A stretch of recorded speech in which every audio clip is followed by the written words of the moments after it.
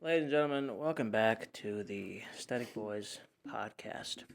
I'm your host, Justin Martini. The other host to my right, Riser Fit, and the other host to my left, Just for Justice.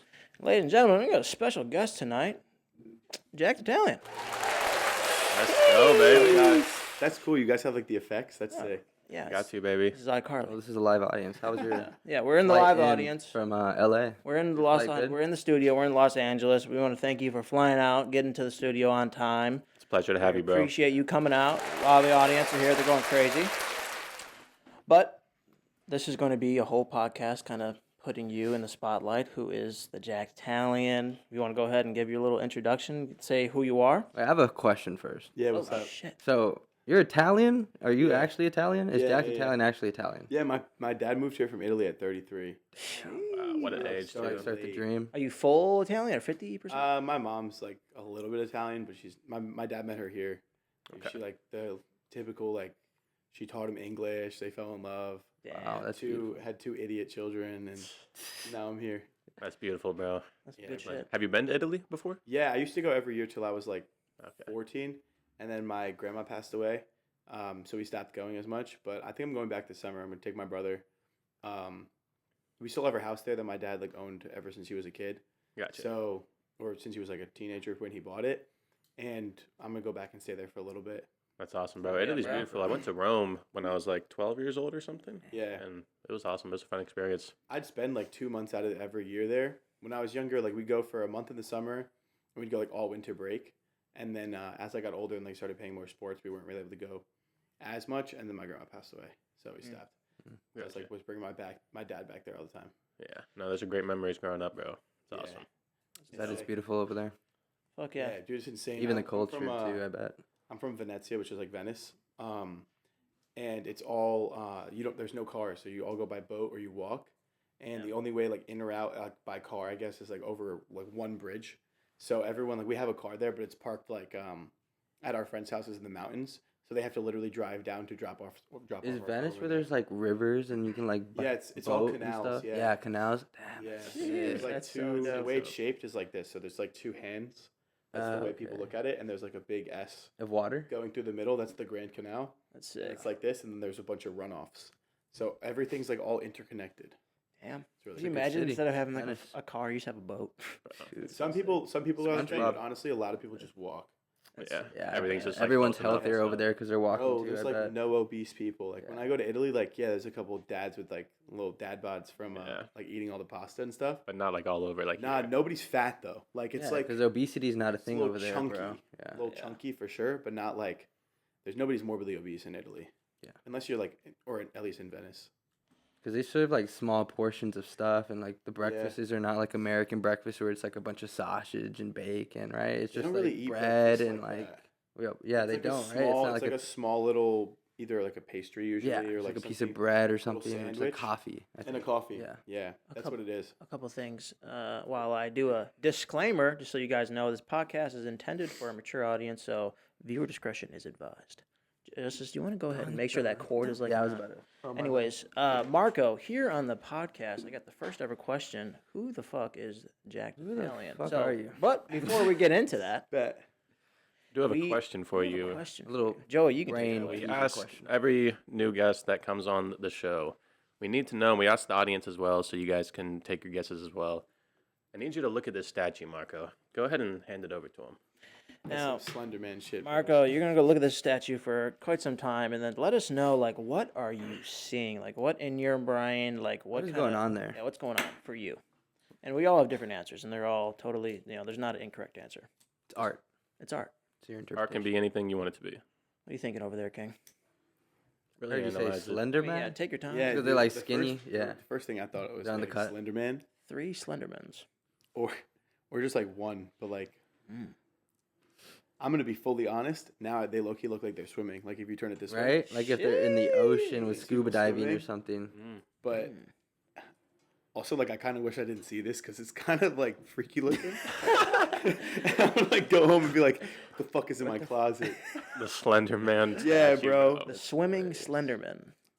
That's I dope. would No go with one, that. no one said swimming yet, so that's a Or it new being answer. scary. So we Mhm. got some. That's terrifying. This isn't scary to you guys. It can be. This I shit's guess. like scary, bro. What's scary about it? What's scary? Just about their body lengths. They don't 'cause look it's like a not- normal it's not human. Nah, they normal. look Yeah. very like alien. alien-esque, Yeah. but also like not friendly looking aliens. Like, But they do look like, like humans. skinwalker, though. skinwalker Yeah. shit. They're like You they're guys know not the skinwalker humans. stuff? Yeah, those are Yeah. fucked. They creep me the fuck Dude, out. those That shit skinwalker freaks videos me out. actually like keep me up at night, I bro. Those are used some to of the most love cursed watching videos, those bro. conspiracy. I Like, had to stop skinwalker liking them on things. TikTok because TikTok Oh, like dude, for real. It'll shows just you push more that shit out of stuff to that you. you like. We, So I replaced that with just ass, and like every single time I see a hot girl, I just like it. we have a couple of like little like kind of fun conspiracies. You believe in skinwalkers? Yeah, I do. Fuck. I believe in a lot of the conspiracies. Oh, yeah. Also, I believe in a lot of like the non-conventional ones as well. Damn. But So do we. I just Yeah. think they're pretty like. I don't We know. won't. We won't necessarily talk about a if couple. That's like there's some lot of woke discussions that Yeah, we'll there's a talk lot of about. It'll just break people's reality. it we would don't want to break- do that We yet. don't want to do it yet. Yeah, but We'll are talk you about guys some are into things. like black pilled stuff. Oh, dude, I think just Black like pilled? That's what it's called. Like being. Is that like black pilled. beyond the red pill? Oh yeah, like Okay. like far beyond. Pretty like, much, yeah. Like your pineal We're glands like are seeing it from the open third and eye. I was about to just- say we're yeah. seeing it all from the third. We talk part. about Yeah. stuff that definitely a lot of people really don't talk about. Or People- that people just can't even fathom that Yeah. could possibly be true. The, Like, they the just- issue is like some people. I've personally found that like you can explain things to people 100% perfectly and it's still like because they're programmed is conditioned to not accept that because it just goes against what their entire life is Yeah. based off of, so they're going to just automatically reject it. It's like the first stage of like acceptance is Yeah. denial. also like I don't want to offend anybody when I say this because let's just assume that you're speaking to an idiot. Okay, just assume I'm an idiot and don't get offended by something I NPC. say. Yeah. Yeah, the whole Kanye West stuff going on, right? I think that a lot of the information Kanye West is saying, not the anti-Semitic stuff in the way that people are taking it, just want to clear the air on that. But I think a lot of things Kanye West says are true, but the reason why a lot of people aren't able to accept it is because he's not delivering it in a way that your brain can digest the bro. information. And that's what like He's some just giving it to you. It's like me handing you a car and you don't know how to drive and saying, drive this car. Exactly. But then there's other people like the snake oil salesman that are really like on a bad side of it and they're really good at talking. They're really good at convincing you to believe a certain thing. And it's just like what kind of people are having that capability to convince a mass audience, you know? Because Kanye's Kanye. He's true to who he is. And that's why he says what the things he says the way he says them. Versus like someone who's going into it with like an agenda that knows how to manipulate people, that knows how the human nature Yeah. works, how people think, and how to get into their minds to make them convinced. Do you ever think, right? You ever lose your phone and you're like, fuck, I can't find my phone anywhere. I'm looking all over Yeah. my phone.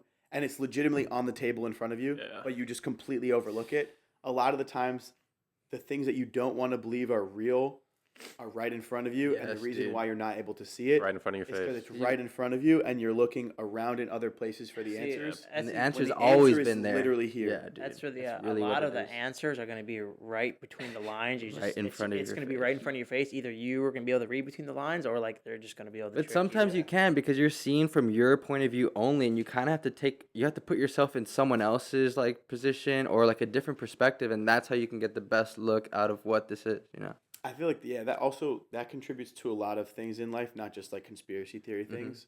If you're able to kind of see things from somebody else's point of view, for example, say you're a salesman, right, and you want to sell something, or you're trying to convince somebody of something. Don't look at it as from this is why I need it. Think about Like- how he would feel Right. with this Yeah, subject. A great example, just to explain it, let's say would be Flex Pro, right, with meal prep. So we'll use meal prep for an example. It's very easy for me to say, hey, buy this meal prep. Because, bro, I'm an influencer. Yeah. I hate that word. Yeah. Fucking, it sounds Terrible. like a douchebag to say that shit. But, like, influencer, my job, quote unquote, is to, like, tell people to buy something. However, like, if I don't believe in something, I'll never promote it. But Absolutely. besides the point, right? It's very easy for me to say, buy this, because directly I make a small commission off of it. But instead, if I was able to say, this is why you should buy it, you no longer have to go to the grocery store as much. You're not tempted by shitty foods. You're trying to lose weight, but you can't stay on track. So if you only have these foods in your house, it's a lot easier to snack on a a prime rib or a chicken than it would be if you went to the grocery store and had the accessibility to buy chips. Yeah. That's the main Ex- thing, like why I promote things in the first place, so that can add a beneficial value to the people I'm trying to get this product to. Yeah. The reason I promote things is because they've helped me personally, and I feel like it can help people live a better life if they have a healthy diet, Yeah. and it saves them a lot of time and energy. But it's But the best way to explain and understand why someone would need it is to think from their side of it, like, what are they missing? not yours. What exactly? Yeah. Like, yes, we're busy. Like, yeah, I'm a very busy guy, and I get sidetracked easily. But like, if I was able to allocate my time a little bit better, or like not waste some time just chilling on my phone or doing something, I do have time to cook. But the person who works a 9 to 5 job and then comes home Be and they need tired to and bring some from food to Yeah. work and they don't have time to get off, they don't have Yeah. a break to go buy something. That's when meal prep makes sense because you just go 2 minutes with in the your meal microwave. prep. It's 2 minutes. Like that's the people who need to save time. So like Yeah. we have to put ourselves in those people's situation. But enough about fucking meal prep shit. So we have the question. We want to Yeah. talk about, how you became who you are, give the people back at home just like your full story and everything. But I know we just came back from Thailand. We talk about that for a little bit. How was your trip? Dude, my trip was honestly like life changing. How long were you out there for? I think I was there for a full 8 days, and then travel was 2 days each way. You just open Oh, your so eyes to like a dope. whole way different way of living. Yeah, like so I've traveled out of the country numerous times. Like I've been to Mexico multiple times, Italy my whole life, England, Ireland, and a bunch of other places too. But actually like spending time somewhere as an adult is different than as a kid, right? Oh, yeah. If I'm with my parents as a kid in Italy, I'm experiencing the things that they're experiencing. I'm Right. going to Absolutely. places A lot of that they're going. restrictions. There's a lot of You're restrictions just following on me. them. Mm-hmm. Yeah. The food places I go are with them. It's all The things I restricted. It's all experience. restricted. Yeah. Or my mom is very big on like doing excursions and stuff. She hates being like lazy on vacation, which I love. Like I love You that. got to do Oh, stuff right. on vacation. Yeah, You're there. so we went to the Dominican Republic. I rode horses on the beach, went like swimming with horses, went through like the sugarcane farms, went to like a cigar place and made my own cigars. And I was like fucking 14, bro, making my own cigars and shit. It was pretty That's dope. legendary. That's But real like sick. I always do something. So I carried that same mentality into Thailand, and I was like, I can't wait to go do things. So I went to Big Buddha. I went to this elephant place. I went to an animal farm thing. I went to all the different street markets because I wanted to experience like being at Yeah. the street markets. I went to all the little stores and stuff that I could stop in on. I took my brother to get a haircut just to like see what the hair things were like there. Just Got a experience bunch of everything. massages and stuff. Like I That's what wanted it's to about. experience what there was there to offer, and then like daily things offer, and then like cultural offer. So like I went to Big Buddha and I like meditated at Big Buddha. It was pretty cool, and like I've never meditated Awesome. in my I life. bet you felt some crazy Yeah. energy there with the Bro, big I Buddha. did. How 'cause was I've- that experience? So I've like So like the whole thing about Buddha is that you're the Buddha, and it's about Buddha actually means the awakened one. So isn't it like a whole group consciousness idea? yeah, that's Right. that's what it is basically, like an infinite consciousness, collective consciousness that we all share, and it's all within us all, which is life, like the Yeah. life force that's making you move and having this relationships with people and like making you do the things you do. You know, that's us. That's the Buddha within us. Yeah, is what I they mean, think. I was like pretty fascinated with it, and the fact that like it's that big, you know what I mean? It's a giant Buddha on the I've top seen of it. the Yeah, mountain. that thing is huge. looks Yeah, unbelievable. you gotta go walk see up that. crazy steps. Yeah. Inside's all hollowed out. You can go inside and meditate. Like they have viewpoints and stuff. And then later on, I had rented a boat to go to PP Island, where you can like swim in a private beach. We went scuba dive, like not scuba diving, snorkeling, and I just bought like a giant inflatable flamingo and just floated around in the ocean for like hours, like in this fucking flamingo. That's dope. But you can see Buddha from there, and I just wanted to experience the whole thing. So for me, just being there, like the U.S., especially school systems, try to teach you like third world countries are scary. Yeah. Things you see Yeah. on social media is like, for example, with the pandemic or whatever. Let's just put it that way. I don't need to say like the other word. It's very, oh, don't go to these places in Asia. It's scary.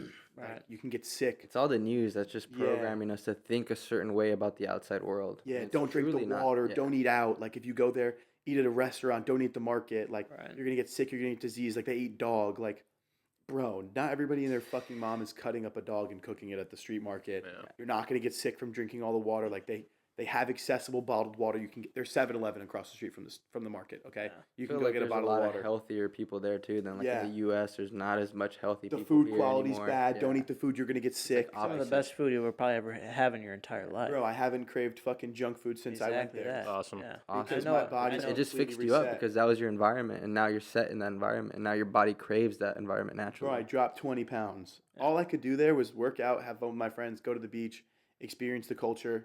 But like It's peak life, bro. That's genuinely, life. I would have stayed Yeah, that's- longer that is if I didn't life. have to come back and deal with some like supplement manufacturer stuff. I had a meeting in Miami I had to go to, so I ended up had to like coming home like earlier. But you can actually stay in Thailand for 30 days without getting a visa, which is kind of weird that you need a visa after 30 days, but Yeah. respect.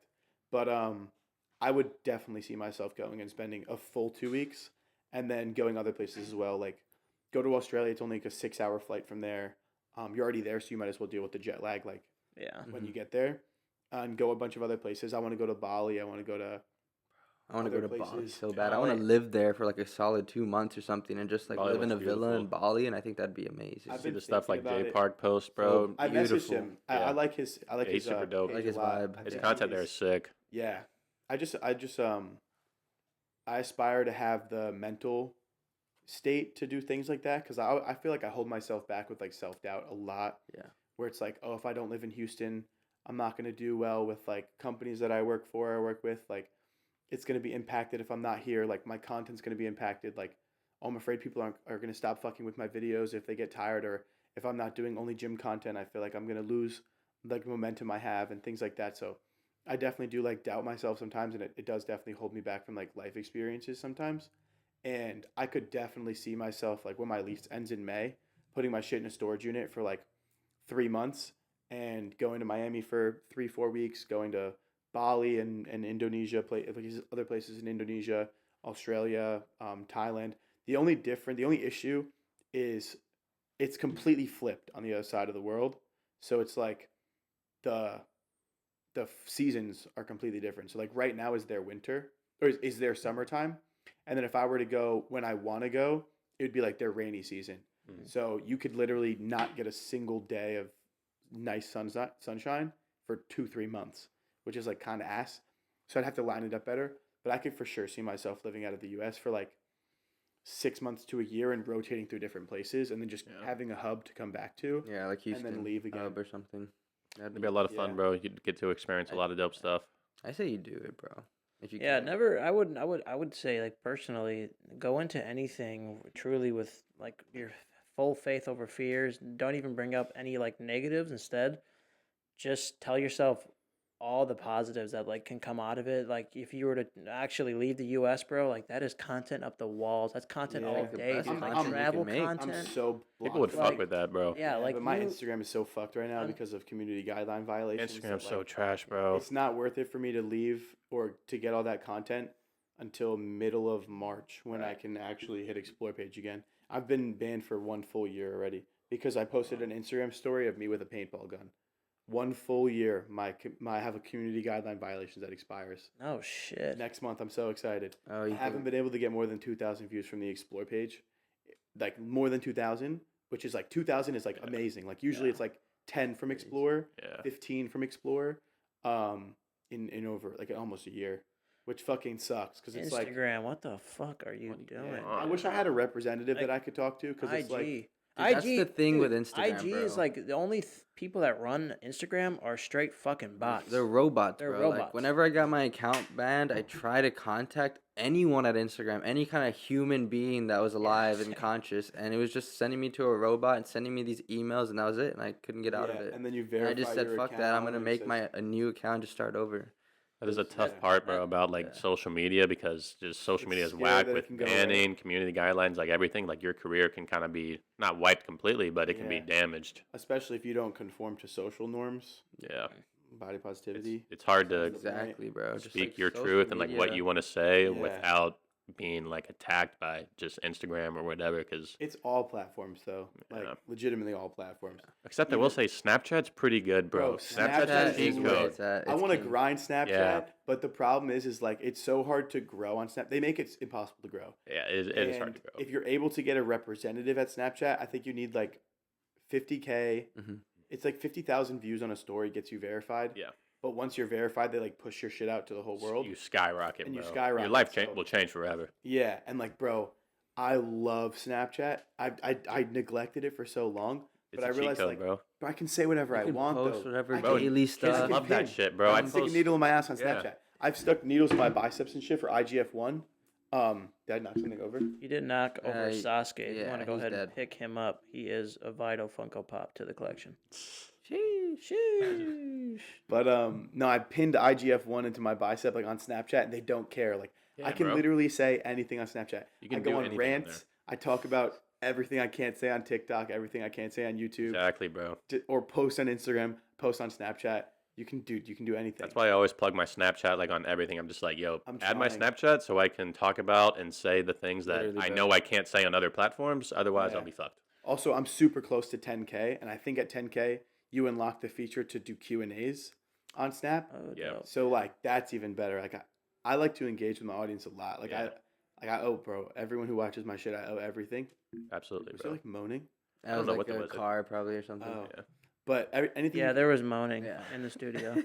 Someone's moaning in the studio. I think it was studio. We're in Studio D right Yeah. now, but so we heard some moaning in Studio Can C. you guys stop moaning over there? I'm trying to do a podcast. We'll have G-Man be sure to go knock on the door, see if he can make them stop moaning. But But yeah, man, Snapchat's like the ultimate hack. I It's would love huge. to be able to be like if I could post on YouTube one day a week instead of doing two, but my vids were pulling, let's just say they were pulling like 100K views, and I could post one a week and focus on making it super high quality and doing really cool shit instead of like being in the mindset where I have to post two, but sometimes I have to like force one out or like get it out in time where I feel a little rushed. Yeah. But I was able to like do daily updates or things like that on Snapchat. I would enjoy that more than posting 2 YouTube videos. Because also, bro, sometimes long form content is hard to digest. So if I was able to like, or like hard to digest as far as like having the time to do it. Whereas like if I post a 20-minute YouTube video, it's a lot harder for somebody to watch a 20-minute YouTube video than to sit and scroll through Snapchat while they take a shit. People so if love I could doing post that. on Snap and then do one YouTube video, I'd rather do that. yeah, I just keep finding like what you like to do, keep what what Yeah, works for yeah. you and shit. So like if you fuck with Snapchat, As soon as then I switched grind over, that bro. until it actually becomes like a full-time thing. Honestly, Yeah. like it's just gonna fucking take some time, but I love Instagram, but I think the reason why I love Instagram because it hates me so much. It's like Yeah. when you have like if you're a girl and you like really like a guy and he gives you zero attention, or if you're a guy and the girl you like, well, it's the opposite for me. If a girl gives me attention, I lose a lot of interest. I'm like, ew, why do you like that? Yeah. I'm like, why are you giving me attention? little too What the fuck? aggressive. Stop, Yeah. stop paying attention to me. But like, if a girl like, let's say you're a girl and you like a guy and he gives you no attention, you like want their attention more. Right. For me, it's the same way with like Instagram. Like, if I really like the photo and I post it, Instagram's like, yeah, fuck you, no explore page. Yeah. Like, I'm like, It's like you knew that photo was I going want to to do so post well. again. And Well, bro, like I've had photos that like should have ripped through the explore page. exactly. And, And, they, like, they they- just don't. Yeah, they just It's trash, bro. yeah. Instagram, trash. Instagram, get your shit together, dude. They just need humans, because like, y'all are Instagram could tripping. be a Yeah, great y'all app. y'all need Did humans. you guys get some humans to replace those iRobots that you guys have working? yeah. Instagram will just Man, if I did what I did now, if I could be in the position like a fitness content creator in 2018, 2019, instead of now, man, I would love that shit. Yeah, because they're just Guys not are as different. bad as it is IG now. let you post anything. Like OG John Skywalker days, like you Yeah. could do whatever you wanted. So sick. Yeah, Used to the IG post used some to be crazy photos. ruthless back then, dude. I Yeah. didn't give a fuck, The really. world's pretty cursed right now, though. Yeah, the 2023 memes- is very interesting. Bro, like, what was it? 2016 was like the best year of like music, and then everyone died. Like X and Juice. Yeah. Yeah. X and Juice died. A bunch of other people too, like Lil Peep died. Yep. Low people in the house. And that was like when everyone else like, Getting choked up over there? bro, I got something in my throat. I mean, rest in peace to the goats, but yeah, take some water. So you just came back from Thailand. That was good. You learned some cool stuff. Yeah, it was amazing. It's awesome, bro. Honestly, bro, I think the time is yours now to just tell us, because I'd like to know, like, what even got you into lifting, and then what got you to start posting this fitness stuff. But like, tell them really, if you can, a short little pitch on how you All right. became who you were. Okay. I'll try my best to keep it a little short, but all right. So the reason I started working out, I played soccer from the age of like 3 Damn. to 14. And then I had a stress fracture in my L5 vertebrae. And I took 2 months off from soccer. It was just like my back would get locked up. I vividly remember my dad had to carry me out of the car to my bed, and I just laid there for a couple days, and then I went to go get an MRI, and they were like, yeah, you have a stress fracture. Like, if you just don't do anything for 2 months, you should be fine, and you'll be able to get back to playing, because it was just a stress fracture at that point. It's like when you get shin splints. Right. A year later, a full year later, I'm playing in a college showcase, and like I had college offers at 14. Like, you're allowed to sign at 16. When you finish your sophomore year of high school, you're allowed to start accepting offers.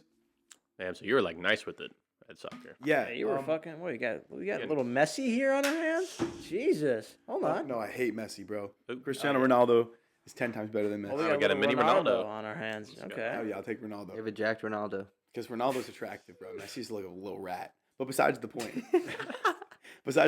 right? So soccer, then I was very good.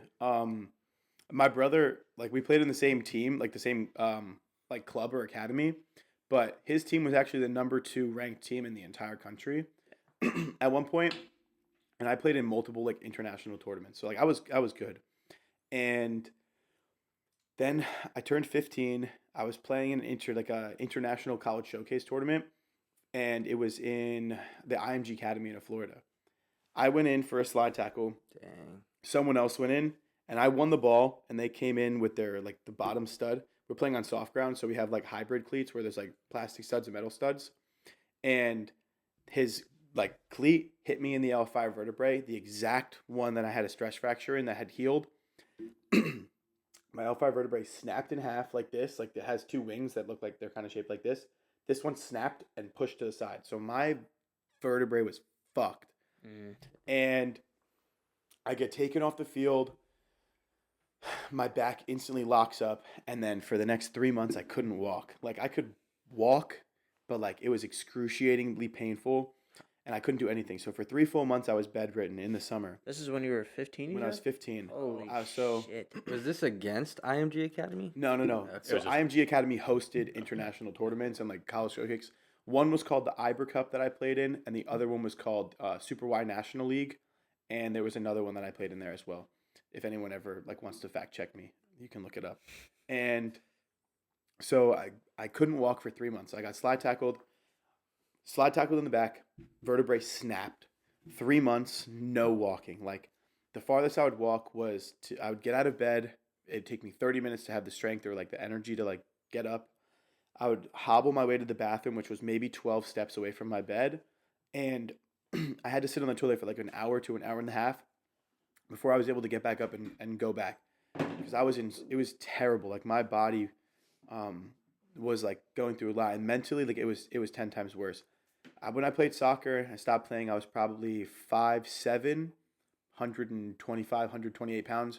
Because I was, I was shredded. I had abs. I was like soccer body. Yeah. So you were forced to stop soccer because of this injury. Yeah, so Dang. I went So to that's the like doctor. a huge, like, important part in your life, I think. Because if it wasn't, you probably would have been like on the road to soccer, Cristiano Ronaldo, like life. Your life would probably Now be you're completely not. different. I Exactly. definitely was nowhere near Cristiano Ronaldo good, but I was good. Like I could have without a doubt played in college, but I'm not gonna hype myself up and say I would have played professionally. But I could have definitely played it in college, and I had offers. So the only way I was gonna make it to college was playing soccer, because my GPA was just not there. I didn't pay attention to school. I have dyslexia and really bad ADHD, so for me, school was always challenging. So I just relied on the fact that I was good at soccer and could like get by. My high school GPA was like a 2.5. And that was with a lot of help from teachers, like doing assignments for me and shit. But so then I break my back, can't walk for 3 months. It was literally the end of my life at that point. I was 5'7" when I stopped playing, 128 pounds, give or take, soccer body, nice legs, skinny upper body, and abs. By the end of that summer, 3 months later, I weighed 200 pounds because I kept eating like I ate when I played soccer because I was running like 7 to 10 miles a You can eat day. anything you, You want. can eat anything You're you want. burning Yeah. infinite amount of calories. And You're also, running like, back and forth. keep in mind, like I was playing high school preseason games as well, on top of playing for my academy team and practices. So there were days that I'd run like 12 miles normally, Yeah. and I would eat probably 7,000 to 8,000 calories a day at that point because all I would do was I'd have to eat because all I would do is play soccer. Yeah. Your body doesn't adapt to like change as quickly So when I stopped playing, I kept eating as if I was playing. And I went from 128 pounds, 5'7", to like still 5'7" and 200 pounds. I was literally, the highest number I ever saw on the scale was 198 in the course of like 3 months. Jump. Yeah, because I kept eating and I couldn't move. Like, you're immobile, bro. Imagine you're like... Your I was back is taking broken. You can't Bro, fucking move. There's maybe nothing you can 30 do. steps a day is what I would take. Like, I didn't go downstairs for a full month. I didn't go down the stairs for an entire month. You're probably burning 30 calories a day. Bro, yeah, dead ass. Like, I was maybe burning like 1,600 calories like at maintenance. Probably. And I went from 128 pounds to 200. Damn, man. And, bro, I got bullied. I got bullied a lot for it. Like, I thought I was like, fuck, man. It was terrible. It was a really hard time for me. This was, you were still going to like high school and everything Yeah, I was, while this like kind of... no, so I didn't go. That was over the summer. So when I came back, people were like, what the fuck? Yeah. Like, Marco was shredded and like in shape and played soccer and shit. Now, like, I couldn't play soccer anymore. I played varsity my freshman year for high school. So this was going to be my sophomore year. Mhm. And I couldn't play. And I had to bring a seat cushion with me to class for 6 months. I had to sit on a seat cushion, and I would hide it in my backpack, and I'd pull it out and put it on the seat, and it was like a 2.5-inch thick, squishy seat cushion because I couldn't sit on the seats. Like, the hard metal desk Yeah. would Damn, man. cause like, so I had sciatica for probably 2.5 years, but it was really bad in the beginning, like shooting numbing pains down my Down your legs. leg, yeah. So I had to sit on the seat. So I'd Like, hide relieve it. a bit. I was so embarrassed, bro. I was so embarrassed. I'd sit in the back of the class. I'd put the seat down. I'd sit, and then like, this was like when I finally was able to go back to school, and like people were all calling me fat. They're like, "What the fuck happened to this kid?" Like, yeah, he broke his back, but like he just gained 80 pounds like out of nowhere. Like, this kid is fucking fat and ugly. My best friend at the time, he was my best friend for literally like 7 or 8 years. As part of my physical therapy, I started swimming. So like when I was a kid, before I went soccer full time, I also did swim, and I won 50-yard backstroke That's when I was cool. 10, 11, and 12. That's And my worst stroke. I hated backstroke. bro, when I was 10, I was the best backstroker in New Jersey. I won. I have like a big trophy and shit. It was like NJ National, like YMCA league, but I was good, bro. So I gave that up for soccer, and as part of my PT, they told me to swim again. So I was swimming against this girl on the other team from the other school, and I thought she was really hot. And I was like, oh shit, like I thought she was really hot. And I told my friend that he was friends with one of her friends. So they made like an Instagram group chat without me in it, and they were like, yo, we should tell Marco to DM her. Like, it'd be funny, like to like lead him on. So he like set this whole thing up, and that was like Damn. kind of the final straw for me. I was like, yo, like I'm literally gonna be bullied and like just for being fat, like to this girl. And like they thought it was funny that like the fat kid was Yeah. DMing her. No, yeah. And that was like kind of the last straw for me. So I started like working out a little bit, but not really too much. I lost like 10 pounds from swimming and working out a full year later. I was like almost 17 at this point. And I was like, you know what? Fuck it. Like, I'm going to start working out. I started watching Greg O'Gallagher. That was like one of the worst decisions I ever fucking made. It was terrible because like his information is fine. Yeah. But like to a young kid who's 16, 17, wants to lose weight really bad, you take that intermittent fasting shit to a whole new level. Oh, yeah. You So probably I would- went overboard with it. Bro, I would eat 1,200 calories a day, tops. Yeah, that's not good. I'd do an hour of cardio, and I could only do calisthenics because. So when I broke my back, the doctor told me you'll never be able to run again, and you'll never be able to work out unless you're laying on a bench. So like bicep curls on a bench, tricep extension on a bench, maybe bench press, but like never squat, never deadlift, never carrying weight. He literally told me I would never be able to work out, never be able to run, like never be able to play soccer. He's like, don't even think about playing soccer. Look again. at you now, baby. Huh? Ain't activity right now, bro. Bro's him. But so it was terrible for me, man. Like my whole life was stripped away at 15. Like, bro, I wanted to fucking kill myself. Yeah. And I started working out, and I like found myself again. So I started intermittent fasting. I lost, I want to say I went from 188 to 165 in maybe a month. And then I was like, all right, bet. Like, I'm hooked. And I could only do calisthenics. So I only did push-ups, pull-ups, body weight squats, dips, and push-ups. I would do 200 pull-ups, 200 chin-ups, 200 dips, 200 push-ups, 200 squats every single day. But when I first started, I had no strength, bro. I was 190 pounds, but I couldn't do one pull-up.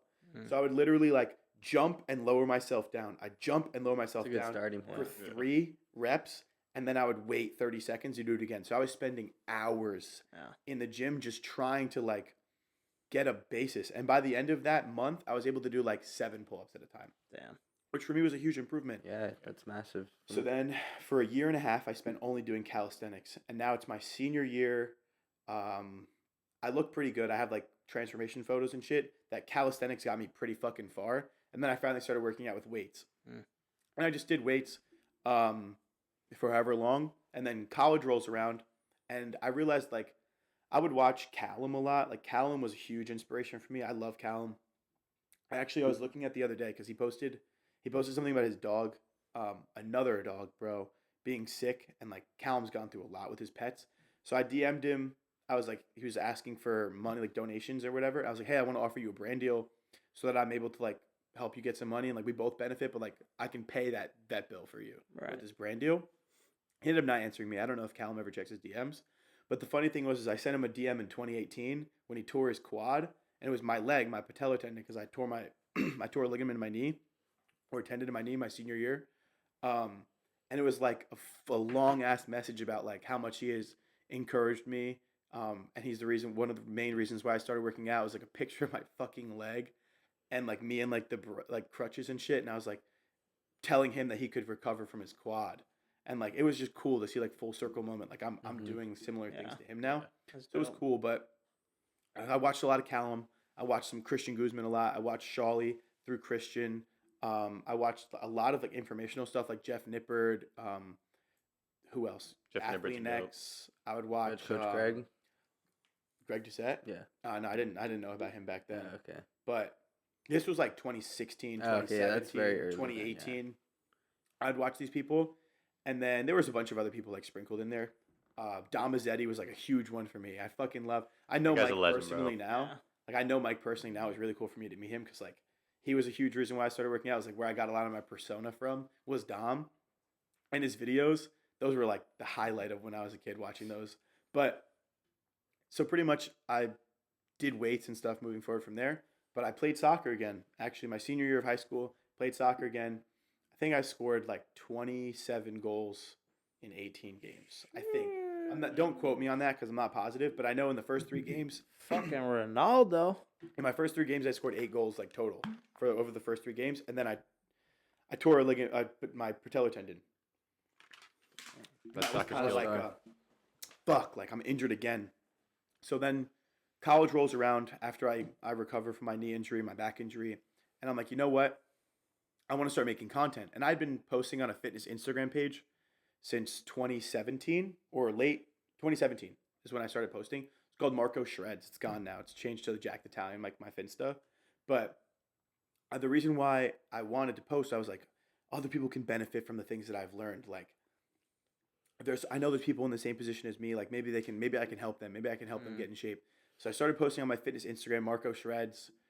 Did it all the way up until like middle of freshman year of college. So I posted on it for like 2 years, but I had like 200 followers. And I thought I was like fucking balling. I was like, yeah, I'm gonna fucking. This is it. I was like, this is it. This is my ticket out. And it never popped off or anything, but I just kept posting and I was consistent on it, hoping that like one day it would work. And then TikTok starts, and I was posting on TikTok, but I was fat. Like at the time I had bulked up and I had a fucking man bun, but like the little top knot, like slicked back man bun because my hair wasn't long enough to go in yet. And I was bulked, and like I would post sporadically, but like not a lot. Then later on, like the end of 2020, I'm fucking shredded. Like I got cut as fuck. I'm shredded to the fucking gills. And it's the end of 2020, Thanksgiving Day. And I'm like, I'm gonna fucking make a TikTok. Like, fuck this shit. All these fucking people are like clouded up on TikTok. I'm gonna make a fucking TikTok. So I post, my first TikTok ever was, yo guys, it's Thanksgiving. I know you guys don't want to gain weight. All you got to do is chew your food up and spit it out while your parents aren't looking. And you can have that dessert and you won't get fat. And I posted it and it got like 50,000 views. People were like, who the fuck is this retard giving out fitness advice? Like, don't do this. And I was like, guys, it's clearly a fucking joke. Like, relax. But that really started it. So then there was a video. The next video I posted was me in my college dorm room with a fucking piece of salmon this big. Like, I'm gonna show you guys how to make salmon. Like, grab your fucking meat. Or like slap your fucking meat around. And I'm like slapping this big piece of salmon around. I have big Guido glasses on, like Jersey Shore fucking glasses, long hair down. I'm wearing a fucking robe. And I'm like, Chef Guido's gonna show you guys how to fucking lose weight. I'm just acting like Dom Mazzetti type shit. Yeah. And that video got like 250,000 views. So with literally within, so I remember this so vividly, bro. Thanksgiving Day, I post my first TikTok. December 14th is my birthday. 2 weeks later, I had hit 10K. On my 21st birthday, I hit 10K followers on TikTok, sitting at the bar alone, bro. Me and my homie Luke. Shout out Luke.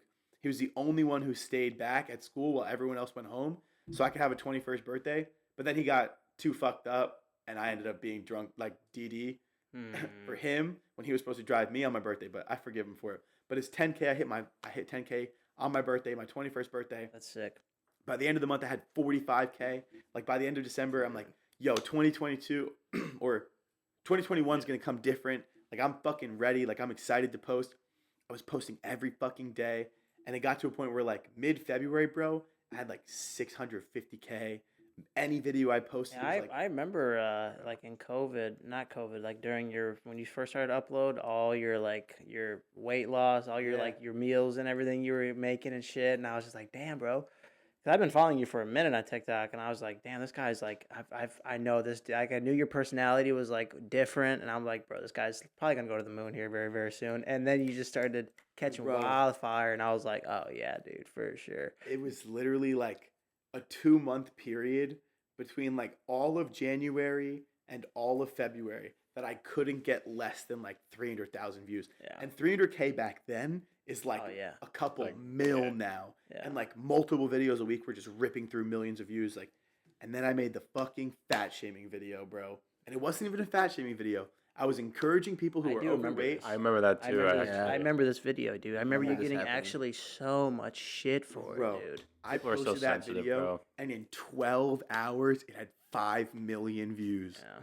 I posted this video, and my account went from like 500K to 670K in 12 hours.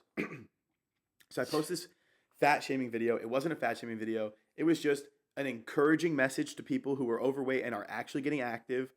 And then a little bit of, I'm not accepting morbid obesity as the social norm video. And bro, for the first 3 million views was like the fitness out of TikTok. Like They were W like, comments. fuck yeah, Yeah. big Yeah. W, we Yes. love you. Keep spitting these facts, king, like all those comments. And then boom, it hits the other And then side. it hits the fucking dog collar side of TikTok. The NPC wave. The NPC dog collar side of TikTok. Like Sheep side. foxtail butt plug side of TikTok. And I'm like, fuck, bro. The next fucking 2 million views are just fuck you comments. Hate comments, dude. And then all of the stitches came in. And it was like the Drew Alphalo girl, this dude named something Anthony. her, yeah. Bro, all of the other videos. They were just trying to getting cancel you, stupid right? Views. Yeah. Yes. I just remember all the Stitch videos they made of that video of you. Yeah. I'm like, dude, oh my god, like, it just kept going on. I'm like, it's not even that Bro. deep, dude. Like, why are you guys? And it Nothing's got to that the deep. point where they were just trying to benefit off of your face because everyone knew you by the time. Yeah, it Everybody was like saw a that trend video, to make bro. like a stitch Yeah. off that one video. Now. Yeah, bro. There were like, I remember scrolling through and there was like 50 stitches. Yeah. And like probably 10 of them had at least 300,000 views. Like Yeah. everybody was hating on me on that side of TikTok. So big shout out to Anaka and big shout out to Gorilla Mind. Actually, I was with Gorilla at the time.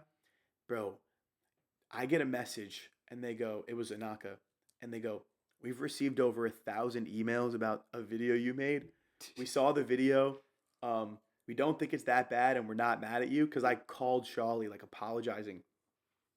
Bro, they received over and so did Gorilla. That is crazy, bro. How are you sponsoring this misogynistic, homophobic, fat phobic, Shaming. culture vulture, like fat shaming? And I was like, what did I ever say that was homophobic Crazy. Yeah. or They misogynistic? just categorize you, bro. Just like yeah, that. bro. Or culture vulture. I call myself the Jack the Talent. Whose fucking culture am I taking? No, It's right. your I was like- own culture. I was like, what the Italian. fuck? But besides the point, so they all got emails and I'm like, fuck. Maybe a month goes by and my account gets fucking banned. Like it was shadow banned as fuck, and then every video I posted would get either taken down or get a strike or like be taken down and then reinstated because they were like, oh, there's nothing wrong with it. But like it was just everybody mass reporting my Literally, shit. that's what it is, bro. They'll get Yeah. like a whole group of this It was whole a side, and mob. they'll just a mob, literally, and just try to Fucking cancel mob. you and get rid of you if they don't like your opinions. Yeah, it's like if you don't agree, fuck you. We're gonna remove the Yeah. fact that you can even have an opinion, or that you'll have eyes to your opinion. So, bro, and then everybody kind of banded together low key in the fitness industry for a minute. Like that was when everybody was still like kind of close, and like I had 100K in the first 3 days. Like my new account. And shout out all the homies, like all the like guys. All of the guys that followed my first account followed my second. Because I was shredded when I made my first account. I was fucking diced. Like, it was 50-50, like guys and girls. So I had like 300,000 guys, 300,000 girls, and then like interchangeable. But like my next account, like the one I have right now, is 350,000. And like I just hit 350 again because I've been posting more actively. 92% are guys. So like all the guys that found my first account, they came through The real ones, with bro. the clutch. The legends. boys will always get your back. Yeah, You know bro. this, right? Guys always have That's your back. exactly They how always- mine was bro. too. I had like about 55% male and 45% female. I restarted. Now it's like 92% like male, like mostly male now. It's like all the homies just coming through. Yeah. All the guys, like, if the guys fuck with you, they'll fuck with you forever. Yeah. Though. Oh yeah. Like, I appreciate that. Like, It's a brotherhood, bro. yeah, for Everyone. real. But so that was TikTok. But the real reason, like, the main reason why I started posting content, and this is 100% honest, is I never had an older brother. I had nobody to look up to. I got in trouble a lot as a kid. I had a really rough few years. I got arrested. I got in numerous fights. I almost got expelled multiple times. I lost everything from being injured and like breaking my back. And then I had a lot of other things going on in my life that like I dealt with. I never had an older brother to turn to, and I was always afraid to tell my father these things because you always look at your father, or the way I look at my father is like, yes, my dad is a great father, but it's the fear of disappointment, and also your dad is in charge of you. My dad can beat the shit out of me, bro. I would never step up to my dad. So it's also like not fear, but like fear of him being disappointed in you. So I never had anyone to talk to. I never had anybody to guide me. I made so many mistakes that like, bro, there were numerous times that I could have fucking ended up in jail. There were numerous times I should have been expelled. I didn't think I was going to go to college. Like, I was a fuck up, dude. I was a fucking fuck up. I was a terrible kid. I got suspended for force feeding a substitute teacher cake. I have the video. I'll show you guys. So I'm literally 17 years old, like shoving cake down a substitute teacher's mouth, going, choo choo, open up, the train is coming. And I'm like putting fucking shit in his face. That's crazy. It was insane. Like, I almost got into a fight with another teacher because some kid said something. He called me stupid, right? So I have ADHD and dyslexia. It was very hard for me to read. The kid in front of me called me stupid. And I was like, if you don't shut the fuck up, I'm going to beat the living shit out of you. Like that to the kid. The teacher stepped in and I was like, shut your bitch ass the fuck up. I was like, let's take this to the fucking hallway. You always got an issue with what I got to say. Fuck you. Like, I'm going to kick your teeth in. Like, to a teacher, bro, at like 17, 18. Because I started working out. I was like fucking jacked up on like teen testosterone and shit. So then I got drug tested during soccer season because I was way bigger than all the other kids. I was 195 pounds by the end of high school, like with abs during soccer season. Like, I was fucking these kids up. And it didn't help that like 5 games into the season, I had 12 goals already. Yeah. Like, what the fuck? So my principal, it was right when I got the call that I needed to have surgery on my knee and that like my knee was fucked up when they said I tore my patellar tendon. So I'm on the phone with my doctor in the hallway. They're like, hey, like, we just have some bad news. We got the MRI results. You tore your patellar tendon. It's going to be 8 month to a year recovery after surgery. And you probably won't be playing soccer for the rest of the season if you decide to have surgery. But if you decide to postpone it, like, there's no guarantee that the structure stays. So they're like, you could just fuck all the other tendons and ligaments in your knee. So you really shouldn't play. I ended up playing anyway. I didn't listen. And I was fine. But I had to get surgery. So I'm trying to calm myself down. I'm in the hallway. I have my headphones in. And the principal comes up to me and she's like, Marco, give me your phone. And I'm like, no, like, what the fuck? Like, leave me alone. I'm not having a good day. And she was like, give me your phone. Give me your headphones. I was like, you don't pay my fucking phone bill. Like, you're not touching my shit. Like, you're not my mom. You're not my dad. You don't take shit from me. And she was like, if you don't give me your shit right now, it's 3 days of detention. I was like, I don't give a fuck. Give me detention. Like, fuck you. You're not taking my shit. And she reached for it and like grabbed me and I slapped her hand away. I go, don't you ever fucking touch me, you fat fucking whore.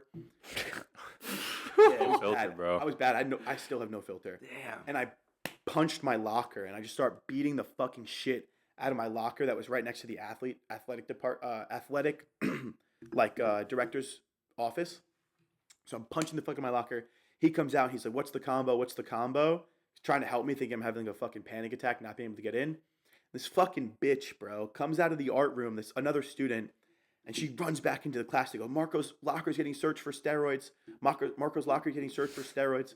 So like, of course, the whole rumor is going around that I'm on steroids now, and there's issues with that. Fake But- natty, dude. Yeah.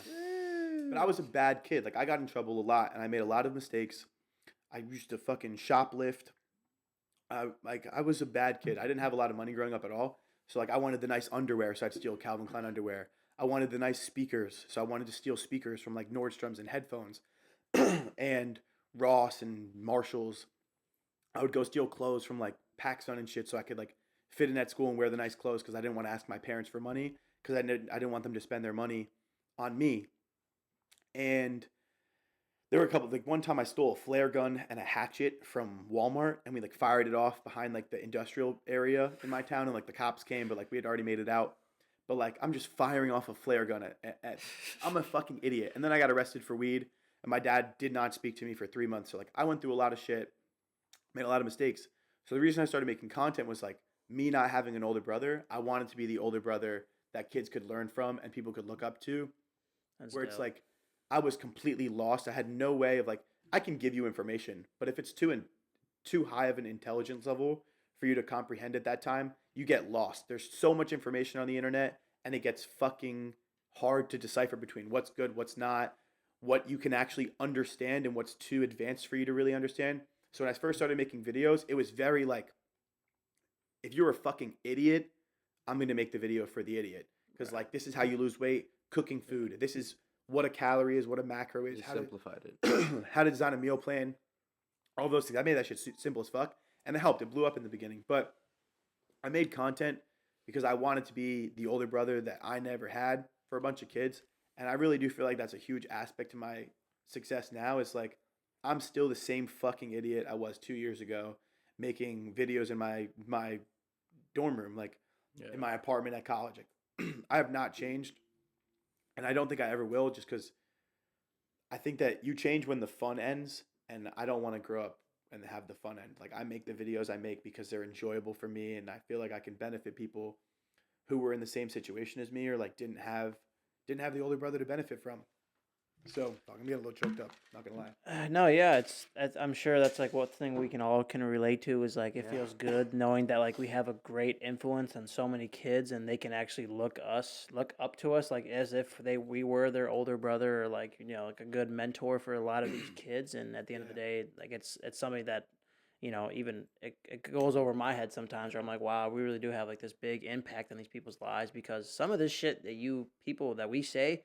Some of these kids live by that shit, by like stone. Like a lot of the words that you'll say, a lot of kids People will will take take this that to information heart and in live and by it. think that is it. Like that Kids is love holy us, shit. bro. Okay, this Jack Talion saying this, I got to do this. Like that's the know what's- power that we have. That like to have an influence on someone's life, such to be such a big impact where like they actually are listening to like everything we're saying. And You know what's crazy though? I feel like the people who watch my videos and like comment on my Instagram posts or like DM me, they have more of an influence on my life than I have on theirs. Because like low key, I don't know if I should say this, but like I'd be reading Sushi's Reddit, and like this morning it low key made my day. They were like non-cringy, non-annoying fitness influencers, and like someone commented like I fuck with Marco.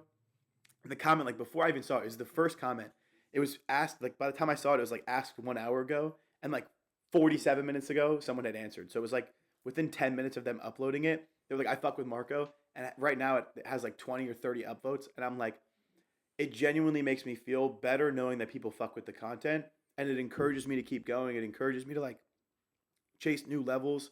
When people DM me on Instagram or they leave a comment on my YouTube video or a It's love, TikTok, bro. yeah, like that It's always influences good to see me. the good feedback for sure. But the way I see it is that like 1/3 of the people are gonna love you, 1/3 of the people are gonna hate you, and 1/3 of the people are not even gonna care about you or know who you are. So I think it's just like it's gonna come with good and bad. So it's about the power that you give. Like you said, some of the people might have more influence on your life, because you're giving them that kind of power to have that influence. You care about what they're saying versus if you were just true to yourself the whole time, you would know that that's all that matters. Yeah. And then the good people will follow, and then the ones that don't fit in with who you are will just not. Yeah, but bro, like I owe everything that I have. Yeah. Like I'm not gonna lie, I was tearing up the other night too. I was laying in bed. It was the day I had gotten back from Thailand. I don't mean to cut you off. Yeah. Gee, would you be a saint and go ahead and grab our boy some more water because he just ran out? And Hey, just grab that giant spring water. It's in the corner right by the stove, bro. Thank you, bro. Just studio. bring that next in to the him. studio, Yeah. right down the studio. Yeah, bro. I Yeah, got something yeah. to throw. It's all the fucking kitchen in food the Kyle studio. has me eating. Yeah, of course. We always have a kitchen here. We gotta be having food here in the studio. Get Kyle's hungry. got me eating so much fucking food and like dry chicken, like fucks Oh, me yeah. right up. Hey, you got to get your water in, dude. I know we even really you kind of talked about like Anaka and Gorilla Mine, but like kind of going back because we all fucking know you have such a great you had such a great impact for Anaka, obviously. So like how many followers did you have when they hit you up? Like what was the whole kind of story behind them? Because we're kind of slowly getting up to like the present day, but like Yeah. kind of going back real quick, like how did that kind of happen with Anaka? Let me wrap up my little thank you real Okay, I quick, bet. just because like it really did impact me a lot. I want to like make sure Finish it people up, know, but like, so I'm laying in bed the day I get back from Thailand, and I'm reading like through YouTube comments because I wasn't able to post for like 2 weeks while I was out there, and I go back and I watch old YouTube videos that I've made to kind of like reminisce a little bit and like read the comments and like see like positive things, especially when I'm feeling a little bit down, bro. Like I owe the people who engage with my content or like just even if it's just as simple as watching the videos and saying that they enjoyed it, Yeah. nothing more than that, like it means so much. Like I was sitting up in my bed legitimately almost crying, like tearing up, not crying. I'm not going to say I was crying, but like I was for sure tearing up thinking like I probably would have fucking been a failure in life as far as like in the eyes of like myself, as far as like I would have gotten in more trouble. I would have been even more lost. I would have been like in probably a really dark place right now. I wouldn't have finished college for probably 6 years. It would have taken me 6 years to graduate. All my friends would have been gone. I would have been alone. And like, I've never felt so encouraged to like be who I am and like do what I love doing. And just having an opportunity that I do have that I know millions of people would fucking kill for Yeah.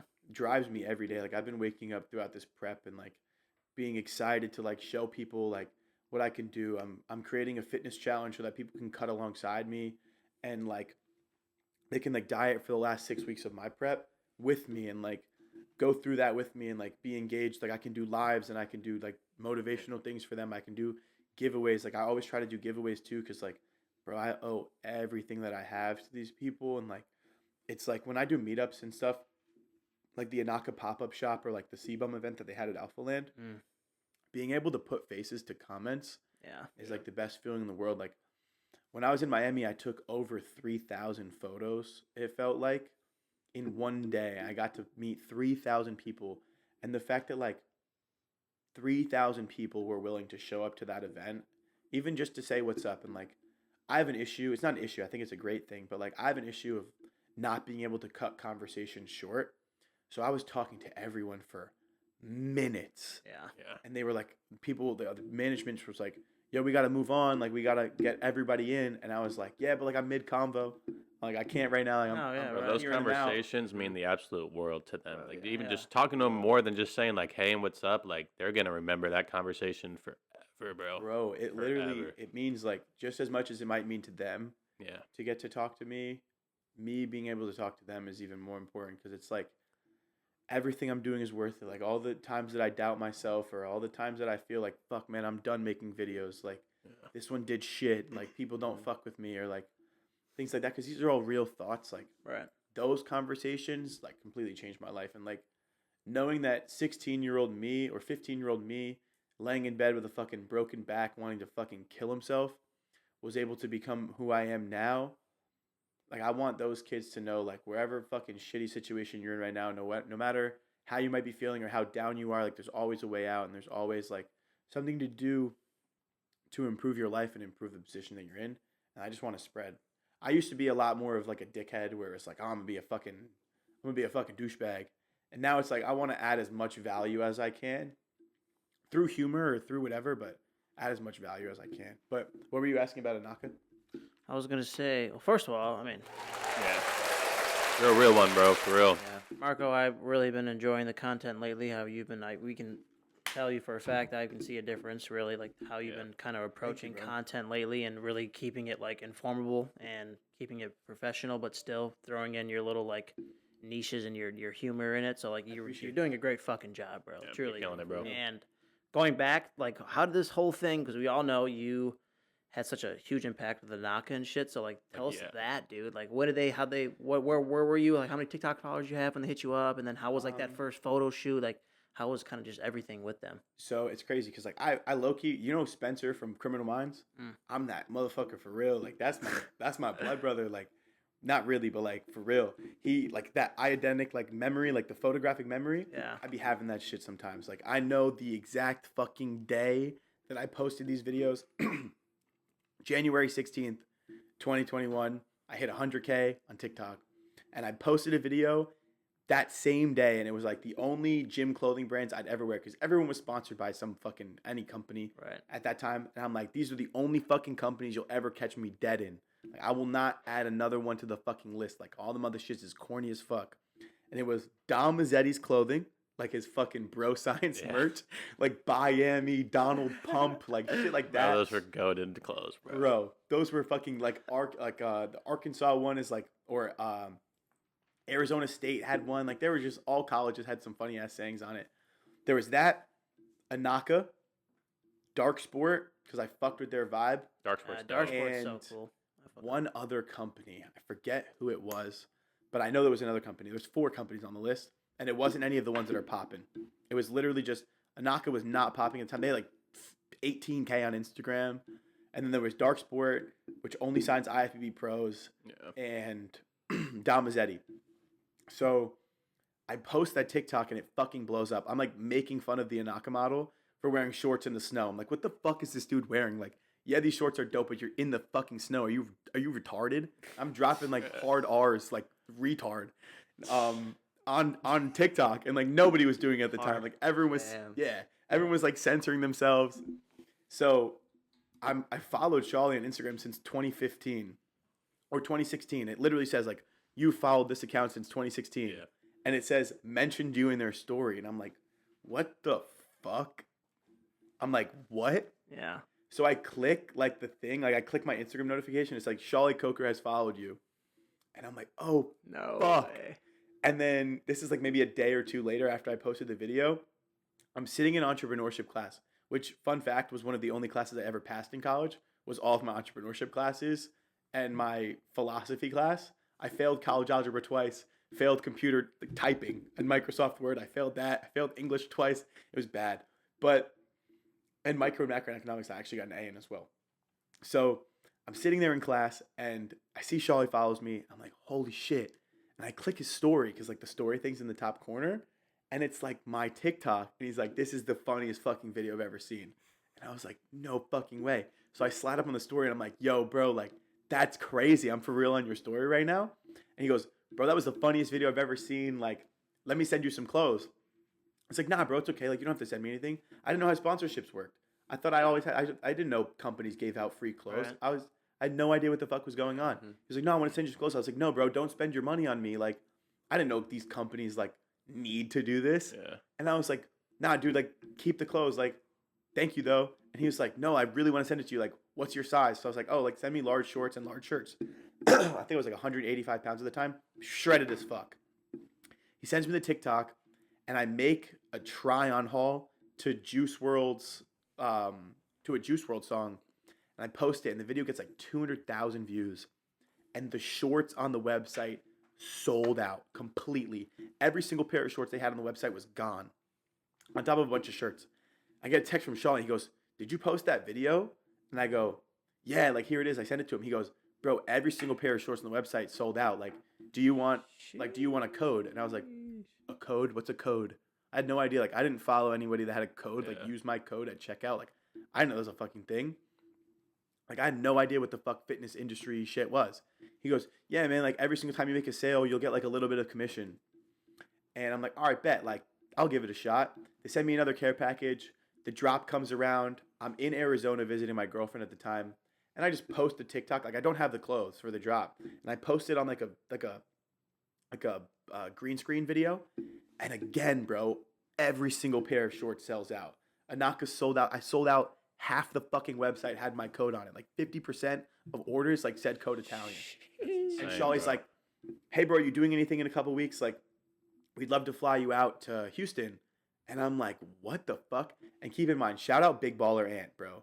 Ant for real, like made sure everything was. I talked to Ant every day for. Now I'll give it a second just in case I clip this. But like, so I talked to Ant every day for 2 full weeks. Like me and Ant would DM back and forth, text back and forth, FaceTime. Like Ant became like my fucking boy. He still is to this day. Ant, Charlie, my homies. And we're like close as fuck. Ant's like, "Yo, we're gonna fly you out. Here's your ticket. Here's your hotel information. Like all of this, right?"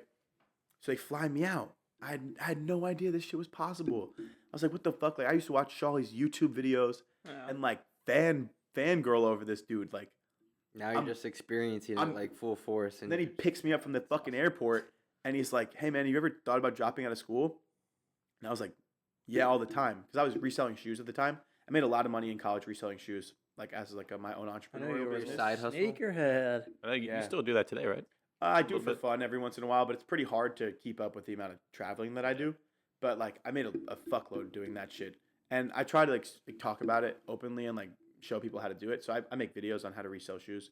But Charlie's like, "How much are you making a month?" And I think at that point I was making like 8K a month, and he was like, between like all my sponsorships and then reselling shoes, and he was like, "Drop out," and I was like, "What?"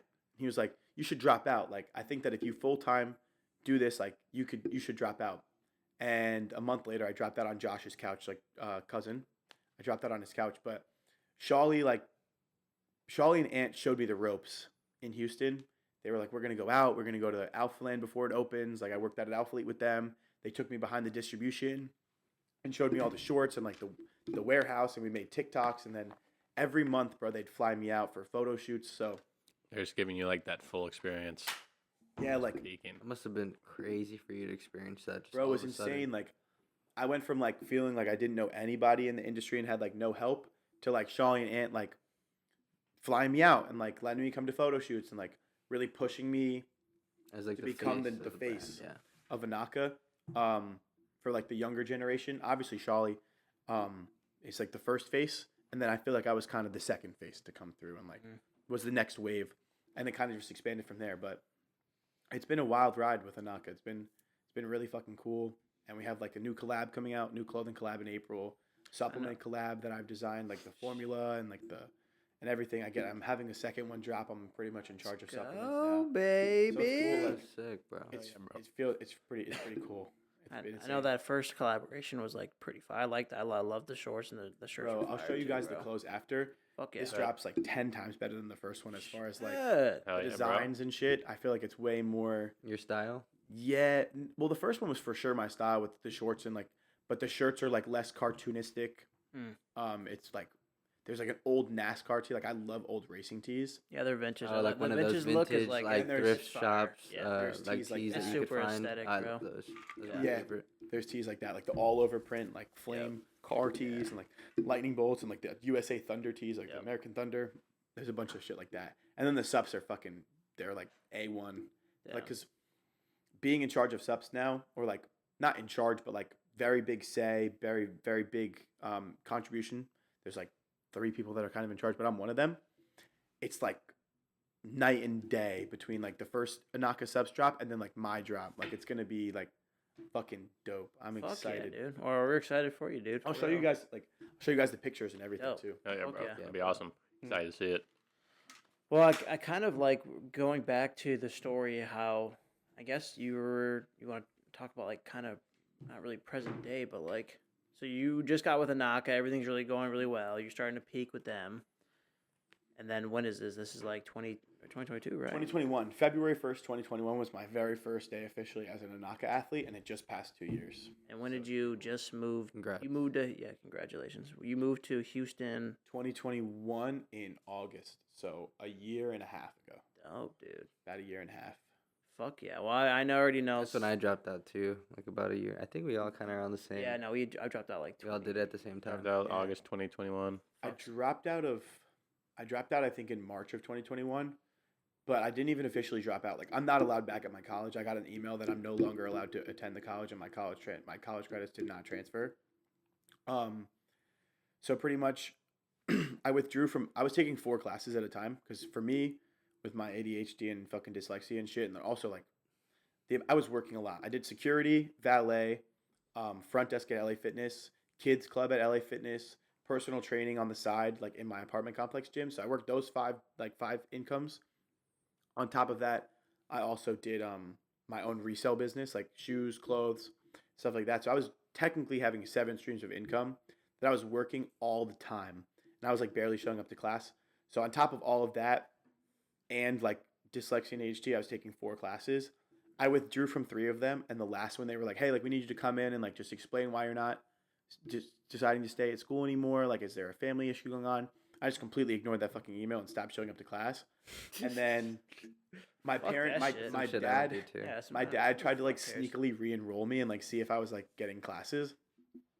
And I got an email to my school email. They were like, "Your account has been terminated. Like, you're no longer a student at our school. You no longer have any credit." Where'd you go to school? Florida Gulf Coast. Okay. In Fort Myers, Florida. So I had 55 college credits. I needed 5 more credits to get my bachelor's degree or associate's degree, which is like the 2-year degree, Yeah. where you can keep your credits for however long, or like 6 years, I think. And I didn't even get that shit. So I'm fucked. I You don't don't need need Need it. it again, bro. You don't Yeah, fucking. that You shit, don't bro. need it, King. So you You'll know. be chilling. You think you figured it out. Hey man, buddy. plan A is plan A. And if plan A doesn't work out, fucking find a way for plan A to work out. There's no Exactly such thing that. as Plan B. There There's is only no plan A. fucking Plan B, baby. Plan B, bro.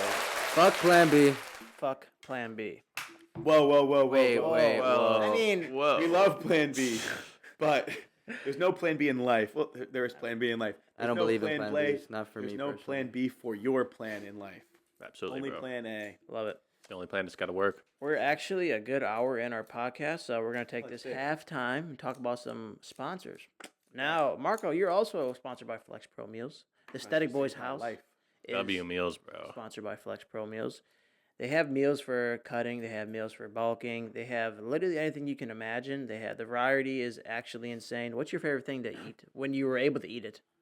So I do the bulk like meal prep boxes now. So like I do eat the chicken. I get the shredded rotisserie chicken breast. I get the Need to By try the that. meat by the pound is a sirloin. game It changer. actually tastes super real too. Like it's not fake Yeah. or like artificial. Well, it's food. literally Like, chicken. So yeah. it's like not like okay, Oh, it's literally all chicken. I hope so, Marco. I really do. Literally chicken. But I mean, it's just like it's chicken breast sous Yeah. vide. So they literally just cook it in water, like in the water Mm-hmm. bags. They sous vide it and then they shred it and then they weigh it out for you. So like it's literally just shredded chicken breast with no added preservatives, no oils, no seasonings. Somehow has 2 carbs. That's the best thing. Somehow.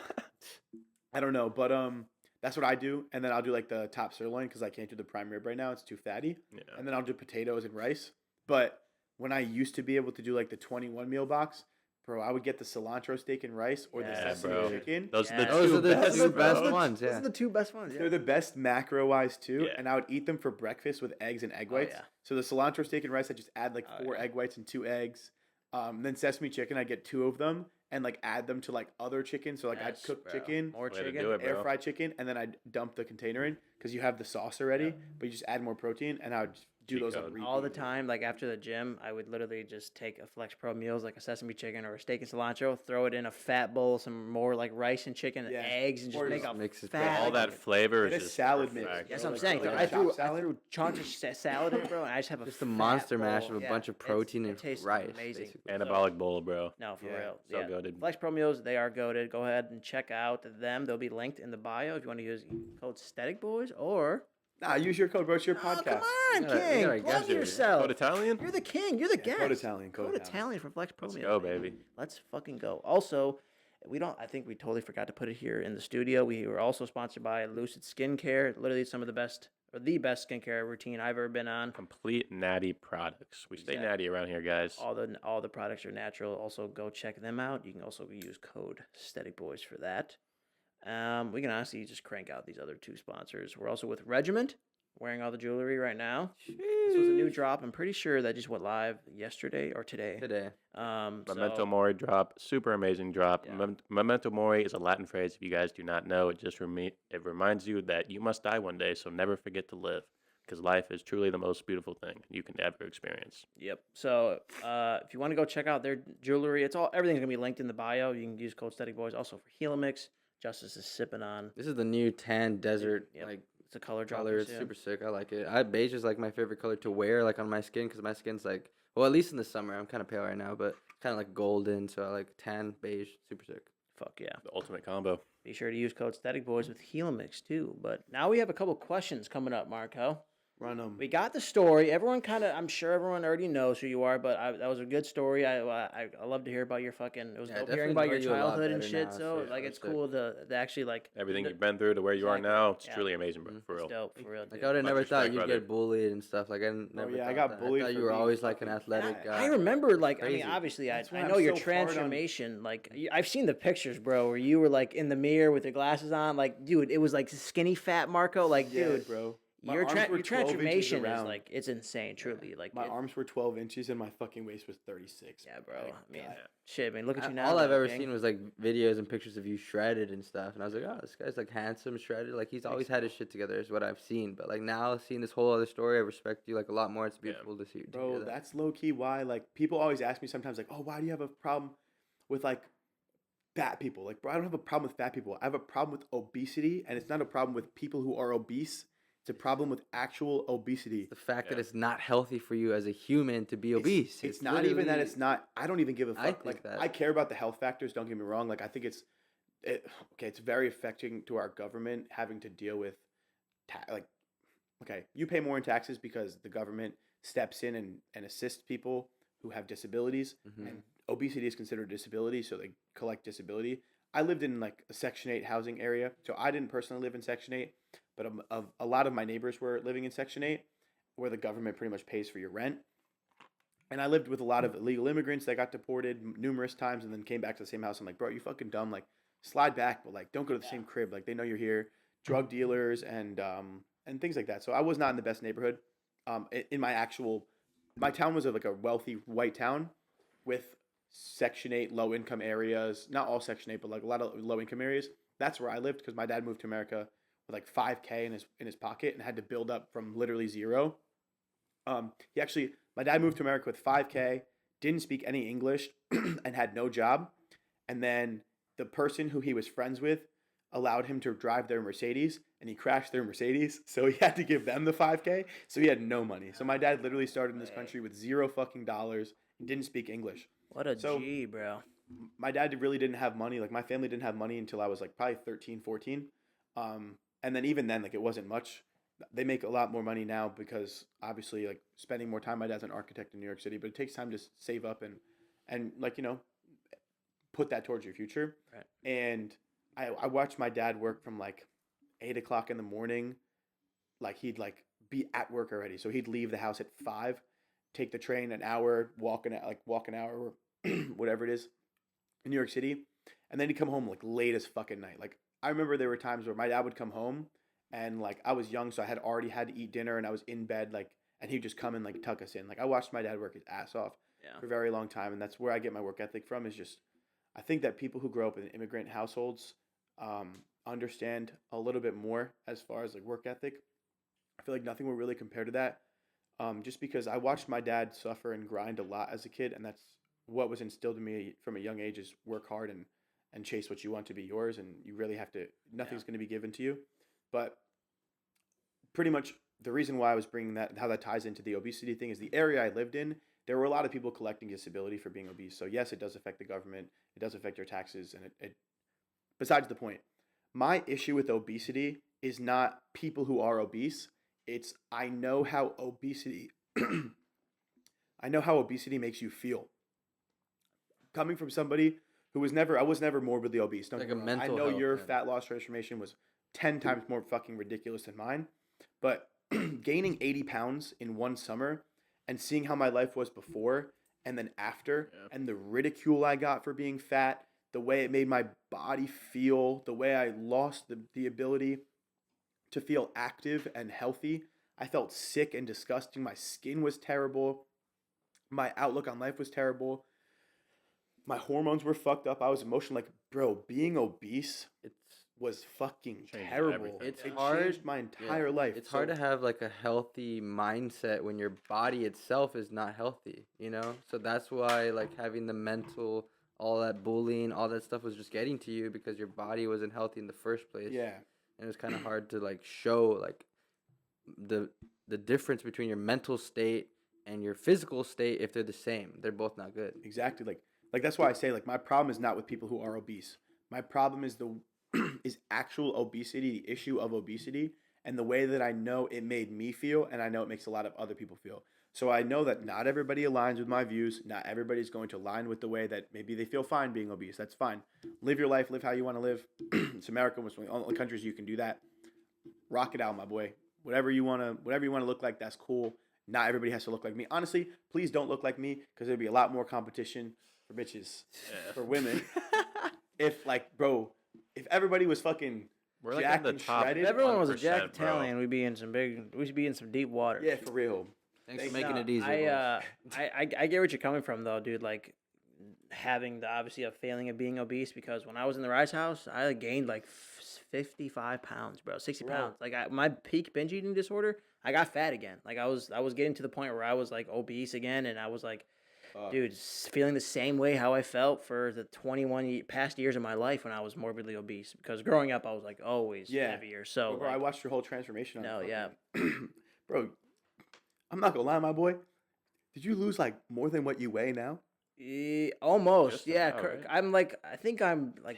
You lost like 100 a human and a half, bro. Yeah, I think I lost like 189 pounds total. And you got down to like what, 183? I got down to 183 like a couple months ago, and I was lost like more. Literally super, lost half your body. super. Yeah, no, for A real. little more. Yeah, but like I weigh in like That's 195 right now, but Good shit. I appreciate it, King. But like, yeah, going back to what you're saying, I think I see exactly where you're coming from because like all you want to do is truly like help people. And you just want to like wake them up because you know Yeah. the feeling. You've been there, so you can tell them like this is exactly how I felt, and this is like how you feel now. So all you want to do is just like help people get to where you're feeling right now because Yeah. I know you feel.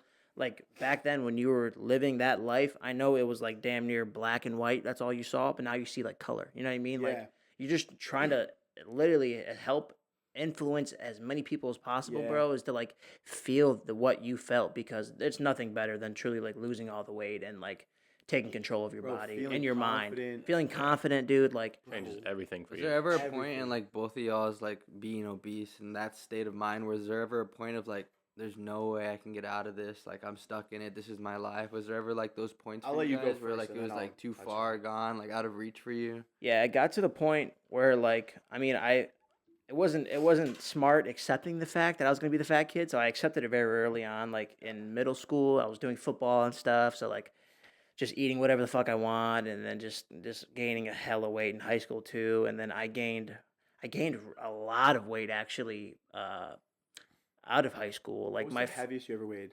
it was 352 pounds. And you're 6'2", 6'3"? I'm like 6'3". Fuck, Yeah. bro. No, yeah, I was morbidly fucking body. obese. Like I was 5'7", no, that's 200 after going from 128 Yeah, that's at 5'7". So like I could literally only imagine adding yeah. 150 pounds to that. it wasn't fun. I'm not gonna lie to you. No, yeah, but I'm not gonna lie. I crazy. also like I wasn't tall, dude. I was like 5'10" when I graduated high school. I grew like 4 inches after I graduated. Grew bro. 3 inches in college. freshman Exactly. year of college, I grew Exactly. 3 I inches. grew like 3 inches in college too, and I was So like, you were like 350 at 5'10". yeah, I was like Gosh. probably 5'10", 5'11", and then like peak when I first started lifting, I was kind of like growing, kind of right when I started losing weight. All the weight came off your Exa- body, so your I'm spine not could kidding. extend. I actually think losing the weight made me grow like 4 makes inches. sense. Nah, Boys. that for So, sure. That for sure. boys, You lose do a weight and study you'll on grow. You'll literally grow fucking 5 or 6 inches. You Yeah. really never know. And your dick will grow. Yeah, exactly. It's true. Yeah, no. Also, Like, I Yeah, noticed a you difference. switch- Like when I'm bulked up versus shredded, I for sure have an extra half inch for sure. yeah, it's all a part of your body. So that's like Well, when if you your body looks ever- bigger, it's going to look smaller. Well, bro, but when you're rocking with three No. to 3.5 is a big difference, bro. No, yeah, we definitely gained a couple inches over here on the. Wait, what? No, I mean from the transformation. Like, I mean, I can tell you for a fact that losing weight does make the Johnson a little bit bigger for sure. But Baby Johnson gains. yeah, well, for you, was there like ever a point where you're like, I can accept this, or Nah, I could never accept it. 'Cause You my were like dad- super shredded before. Nah, but my Yeah. dad bullied the fuck out of me. Like, shout out to my dad. My dad was like, "Put the fucking fork down, you fat bitch." It's good Damn. to be in a rough environment like that, Yeah. so it can make you. the stronger. tough love is like needed though sometimes. Okay. I might get a lot of hate for this. I'm cool with that. Joe Rogan said it best. Fat shaming works, but it only works for men. If you call a woman fat, Oh yeah, you're 99.999% are going to be offended. Oh yeah. Yeah. And they're going to be like, "That's fucked up. Don't say that." And they're going to get offended. That's not no hate to women. I get that. different A little bit more emotional emotional than reaction. Yeah. most men. That's fine. No hate. If you call a guy fat, It fires they're them like, Yeah. "Fuck you, bitch." Yeah. Mhm. And then they go home and they're like, yeah. They're gonna look in the mirror. "Fuck, man, I am Right, fat." yeah. Like, that was me. After months of being fat shamed, after months of being like, "What the fuck happened to you?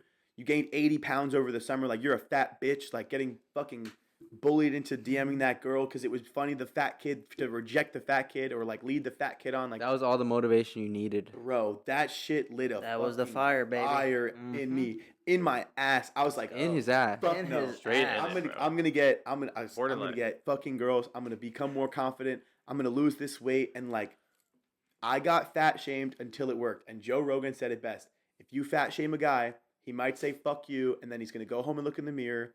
And a lot of them are gonna make that change. But if you call a woman fat, it's a little bit more offensive. No hate. I do Yeah, not have a we Women live are in just more emotional. It's bro. live in They're gonna different take it realities. a I little don't, have differently. I don't have a big women demographic, so it's fine for me to say this because I a don't lot either. of the women who are following me most likely aren't following me because they want to lose weight. Yeah. So for the guys who are following me, get your fucking fat ass in the gym. You fucking Absolutely. bitch.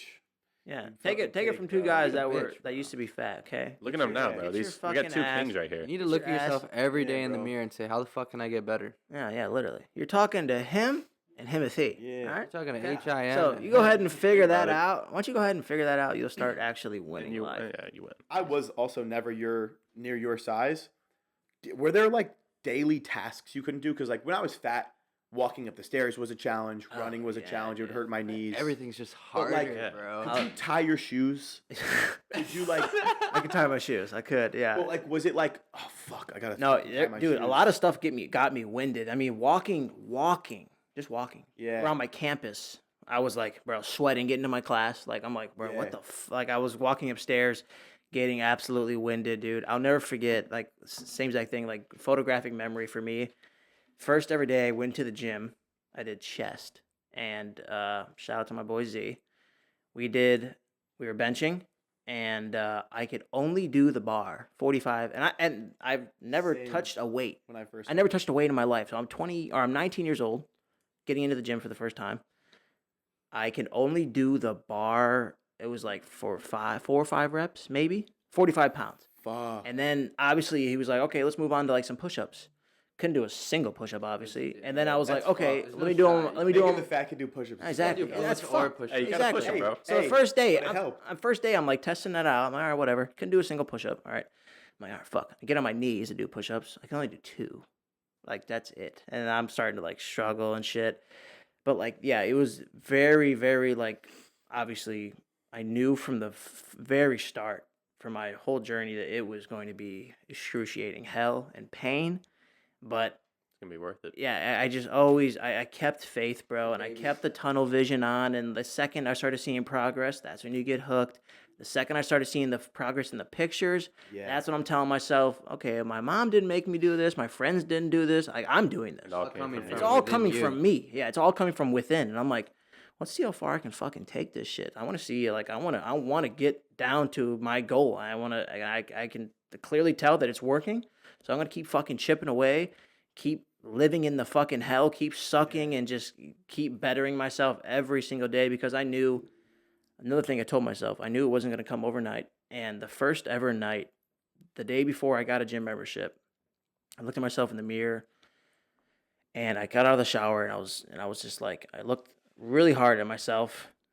And this is, I don't know if you really knew, but I got dumped. So that's what got me in the gym. That's what got gains watched over that. girl. That's I what watched kind of, like, the whole heartbreak, me, like that's what got me in the gym was heartbreak. And I look back on it, I cannot thank her enough for making the decision to break up with me because I wouldn't be here. So everything happens for a reason, boys. If you're going through a breakup, fuck that bitch, just Probably get in for the the gym. Yeah, it's probably for the best. Anyways, moving on. Looked at myself in the mirror and I was like, Justin, you are morbidly obese. I said it out loud. I said, you are morbidly obese. How did What? that feel to say that to It was, yourself? yeah, it was And, deep. like, It was reality like of it was it. like a Yeah. dagger, like an actual dagger to tell myself the truth because I was always in denial. You're always hiding. Did you I was say it always- once or like a few times? Yeah, I said it a couple times. I was like, dude, I was like, Justin, you are morbidly obese. I was like, you are morbidly obese. Like really emphasizing it. Then I said, but one day you won't be. And then the next day, I got a gym membership. And then I just kept at it. Seeing the progress, seeing got me hooked. And then, like, eating good got me feeling good. And I was like, dude, I'm not, like, all this shit food I used to eat, I would just feel like in the moment, nothing's better. I'm sorry. Yeah, like, nothing's eating, better. eating the food, obviously, right after, bro, the next day, like even when I was peak obesity, bro, you just always felt like shit. I'm sorry. You're always sluggish. Yeah. But like the mental clarity I got and like my big takeaway of changing my life and turning it like into the fitness that it is like just the feeling that I got so hooked on is Yeah, like it's- feeling good. It comes from like scientifically, like it's a matter of you going inside and consciously fixing your dopamine. So like instead of getting dopamine from eating food and you're getting happy off of that, experiencing a lot of dopamine, you change it to doing push-ups and you're seeing the results. So you're getting dopamine off of seeing the results, and that just triggers in your brain. This hard thing to do is actually releasing dopamine. So I'm gonna continue to lean towards that suffering side because you're gonna be seeing the results and experience. So it's a matter of like consciously changing what's good for you and what feels good for you with the reasons that you put behind Like it. that switch flip in your head. Exactly. When you first started, did you feel like there was a lot of lack of information? Because so when I was just recently in the airport coming back home from Miami. It's like 7 a.m. and I'm like, fuck, man, I'm hungry as fuck. I'm waiting in the line for Starbucks. I can't get it. I'm like, fuck, I'm gonna go to Subway next door, right? So I went to Subway in the airport. I ordered like a little sandwich, some like turkey sandwich or something.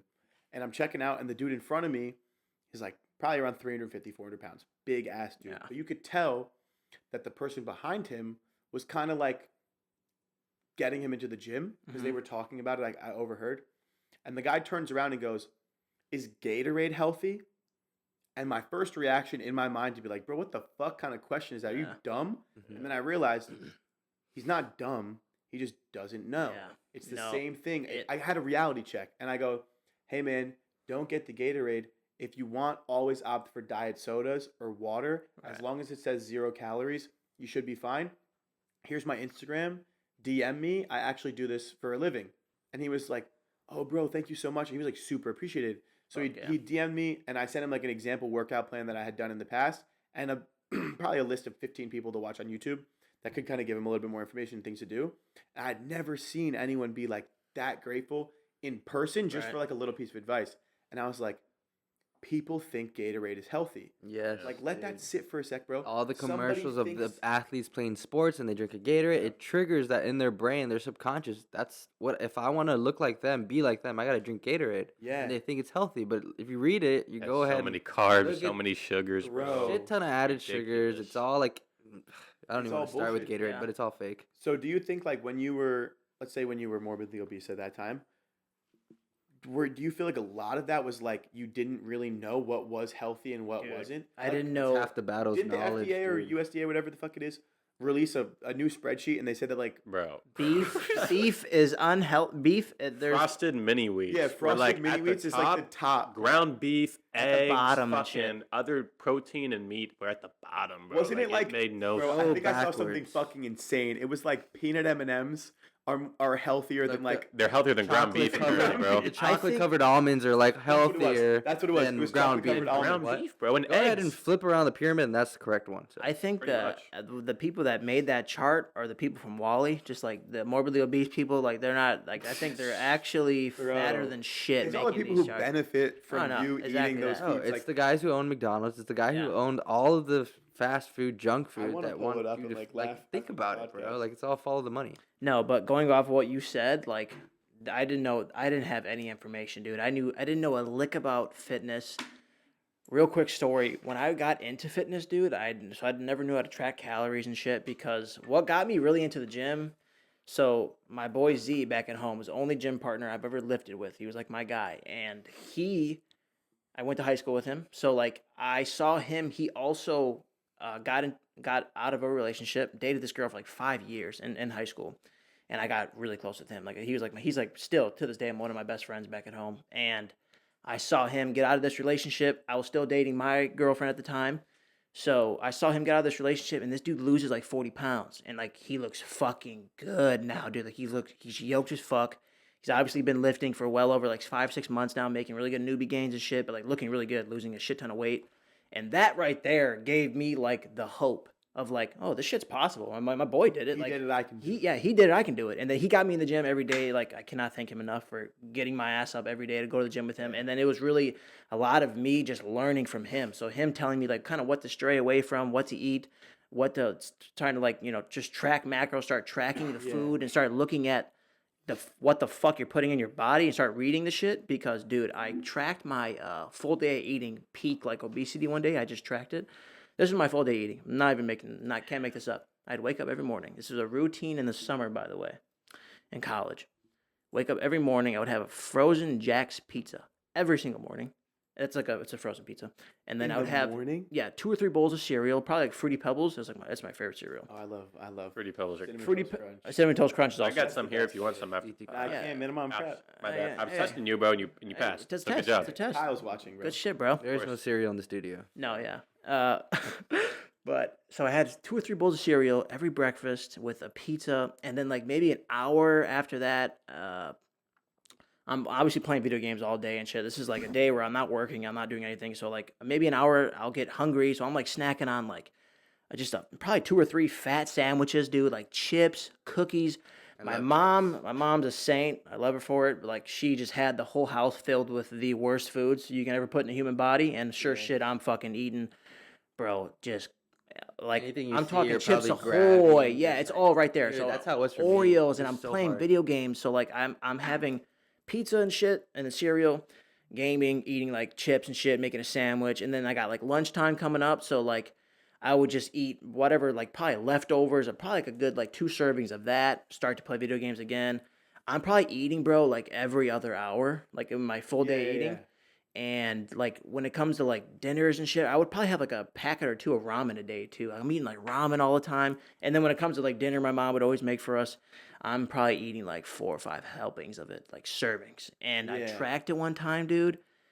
And like at the end of the night, and I'm sure I'm drinking fucking soda throughout the day too. I didn't know anything about 0-calorie drinks. Like when I first started my weight loss journey, I didn't know about 0-calorie drinks until this year. Joey put me on them. I didn't know, Insane, bro. I was didn't like, know wait, diet what the sodas. fuck? Yeah, I was like, you ever had a Diet Dr Pepper? I'm like, no, or Diet Coke. I didn't have any diet because I always thought diet was bad for you too. So like, literally, bro, ever since like 2022, like this past year, I started drinking diet, like any soda, diet, any 0-calorie drinks. Cheat codes for weight They loss. taste better than the real thing, No, bro. I think they do. Honestly, No, I like them better Yeah, too. I but think that the real sodas taste really syrupy. Very much so. no, it's a for lot of real. sugary, And now I just- can't. I'm so used to the diet. I can't drink sugar. But I Yeah. tracked my total calories, bro. I was eating anywhere between 8,000 to like 9,500 calories a day. Do you remember That's like drinking it's just like a morning routine. water at all during that? So I never drank water for probably Fuck, 22 that's years like of my the life. worst I never thing drank ever. water. Like I would, Like by itself, no water. I swear to God, no All your water. fluid came from like Milk? mixed Like stuff. made Milk or liquids. like soda. Yeah, I never drank water, Marco. I cannot lie to you. Well, Like milk has water. I would in it, have right? like I mean, everything technically has water in it, but not like like you need pure. to drink pure water. Oh yeah, I know, but I'm saying like you were getting hydrated to an extent. Yeah, I mean, I was drinking like I would have like in the high schools and colleges, I would do like bubblers here and there and shit, or like what do you guys call them? Water fountains or bubblers? I call it a water fountain. Oh, Water fountain? Water fountain. Now, I will say, people from up What north, fucking country they- are you from? they do Bubbler? call it a bubbler, bro. Yeah, no. Anyone back What then? bubbles are coming out of that? That's what one of my buddies from like Zero Mass when you calls say a it, bro. bubbler, I'm thinking you're in a hot tub and you're like, yo, can you turn on the jet? No, yeah, Turn on the bubbler, bro. Hey, anyone that's back in fucking up You're a north or fucking Wisconsin, bomb. shout out Milwaukee. Anyone back home? We all call them bubblers up there, but it's What do crazy you call guys a roundabout? Do you call it a roundabout or something else? Hey, that's roundabout. Yeah, Okay, good. I think so. Yeah, One of my buddies called it something. I just don't remember the name of it, Yeah, I but it was don't like remember either. it sounds like I like. Cul-de-sac? Nah, it wasn't. no. Oh, that's just like a little. Yeah, it's Oh, yeah. yeah. was No, like- but going back, like I tracked all the calories. I was eating so much, Damn. but like, yeah, it's always nice like having a gym bro, like especially that knows his shit. So like I just learned everything through him, bro. And I used to watch A lot, dude. I used to watch Will Tennyson before he like blew up. I love Like him. I watched saw this this shit guy's too. story. It's not stories. I saw his YouTube videos, and they were getting like anywhere between like 4 to 5K views, like max. I wasn't that early. I was getting like 20. Dude, 20 to I was like 30K. getting. I was super early into this guy. You and were I was OG like, for yeah, real. bro. I swear. And he just started like posting a lot more. Started getting better and better, and like he had a really good transformation. So I learned a lot from him too. A lot of his exercises I was doing, and Damn. I just really just took.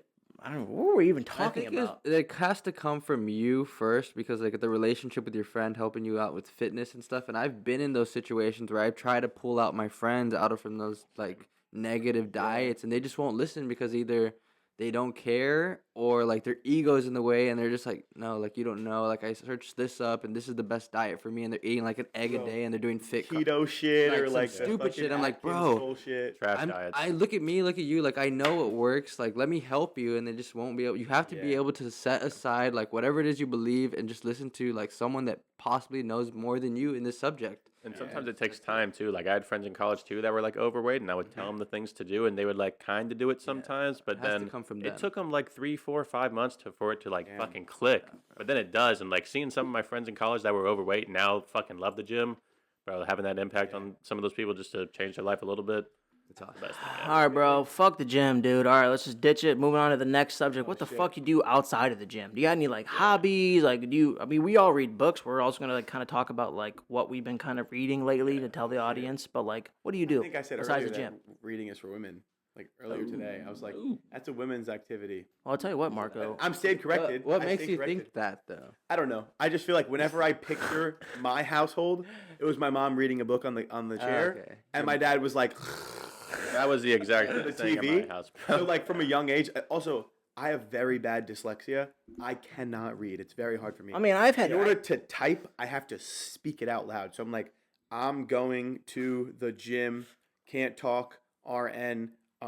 Will speak later. Like that's how I do it. So for me, reading's never been a thing, and I've only ever seen like, although there have been like black pill books that I've tried to read, and I end up like just having my brother explain them to me or like read with me.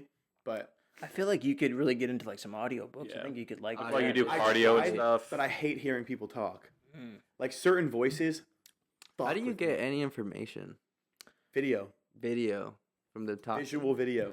Like hearing someone talk in my ear, I'm like, get the Oh, like you want fuck to out of my head, Okay, bro. I see what you Okay. mean. Yeah. I'm like, get the fuck out. Like, I think there's a little like, fucking gremlin. So on you're my like shoulder. a big YouTube learner, I bet. big YouTube. Yeah, I'm big huge visual YouTube. learner. YouTube, there's some really good TikTok pages that you can kind of go down a little black hole on Mhm. TikTok. I've seen those. But reading, I'm not the best at it. And yeah, I just Everyone has their own personally, venue. I can't. Yeah. Like, I've never, I can tell you for a fact, I've never read a book for enjoyment ever in my life.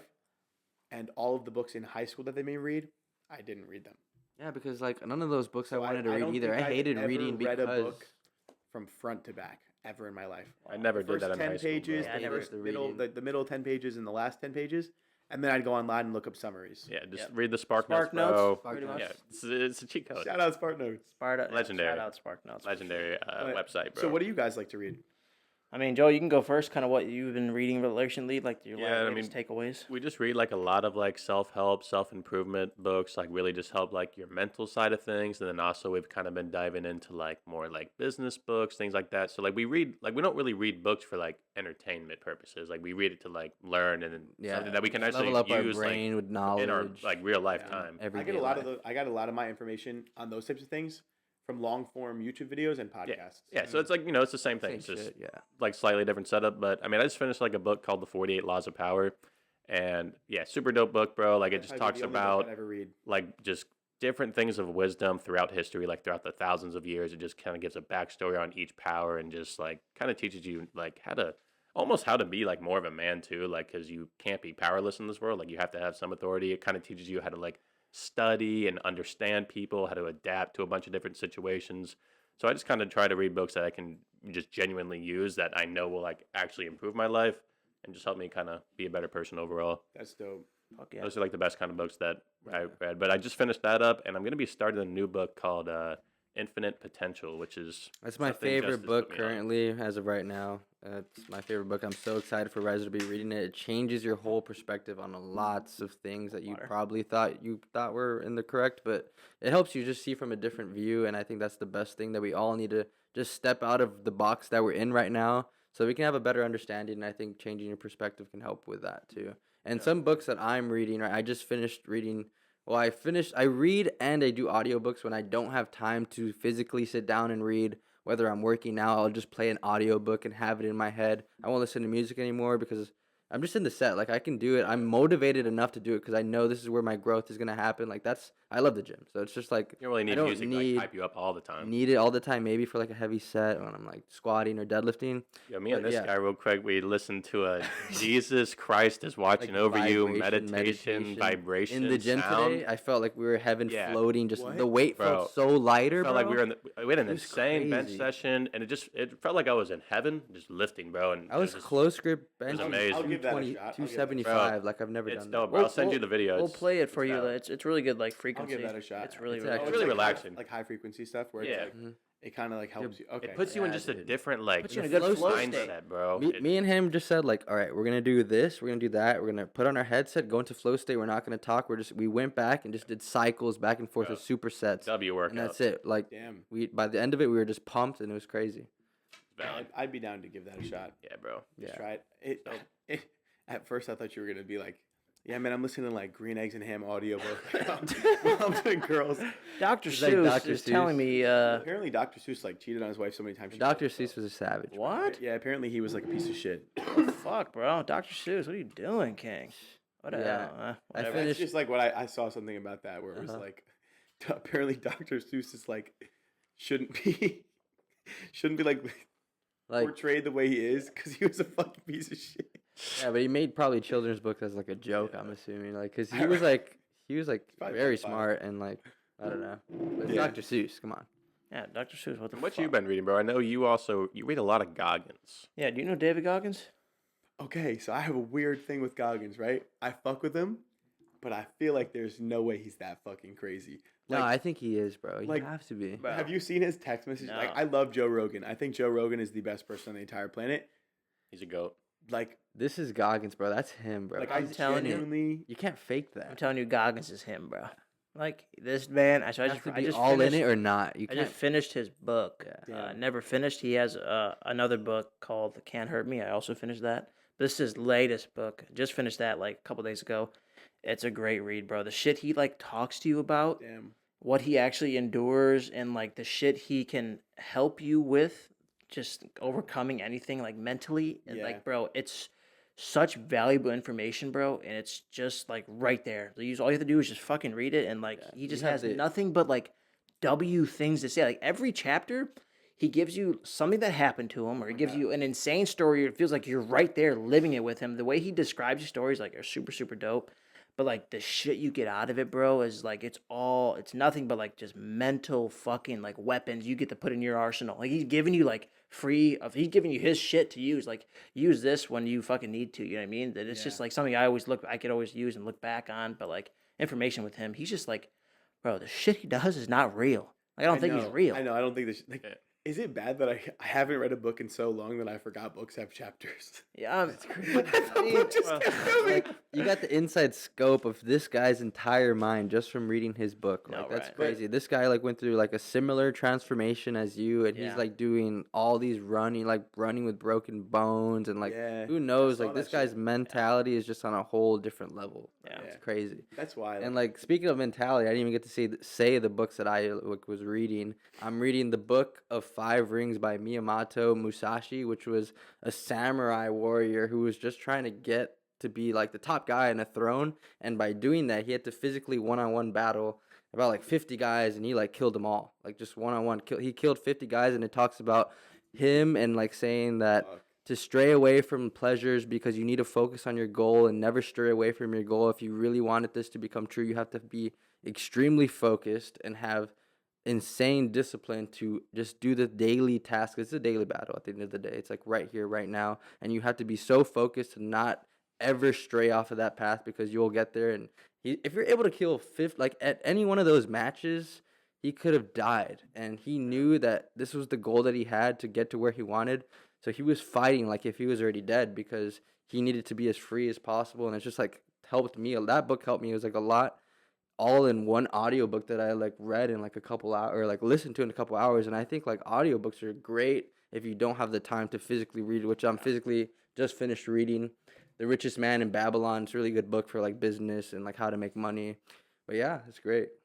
I got to look into those. But I was saying before, like, I genuinely, like, my one issue with David Goggins is, like, it ties into this in a second, but I genuinely think that Joe Rogan, like, my favorite person to ever exist is Joe Rogan. Oh yeah. I think Joe Rogan, He's an alien. and the second is Theo Vaughn. I fucking Theo love Von. Theo Vaughn is a fucking I good. think Theo Those are Vaughn two is legends, the funniest bro. person to ever Hilarious. walk the face of He this is. fucking The earth. shit he says on some podcasts, bro. I mean, Bro, the shit, bro. Bro. Theo Vaughn is the funniest person to ever fucking live, but Joe Rogan is like my favorite person for his podcast is so informational for me. And I also think like just the way that he carries himself and the way that he's able to dismantle arguments where it's like you get so fucking worked up that you're like, no, fuck you. Yeah. By the end of it, he's just like, He doesn't yeah, care. man, that's crazy, but like you should really lower your voice. Yeah. But He's very real. David Goggins texted Joe Rogan on his birthday, and he was like, hey, man, happy birthday. Hope you're not being a lazy fuck today. If there's any day to do something, it's your fucking birthday. Like, get Stay off hard. the fucking couch. Stay hard. And it's just Joe Rogan dying Dude, laughing. That's fucking That's so awesome. funny. That's But, like- literally David Goggins and Joe Rogan. But I feel like David Goggins, like, isn't real. Like, bro, there's no way you ran 100 marathons in 100 days with broken feet. Like, He did. That's bro. him, I bro. swear. they're saying he did, but like, No, he did it. It's like all documented, isn't Bro. it? It is. He's Yeah. got it. he Empathy, got bro. picked up and Ubered to the finish line. There's no Wow. shot. telling you. You just can't 100 comprehend it. marathons.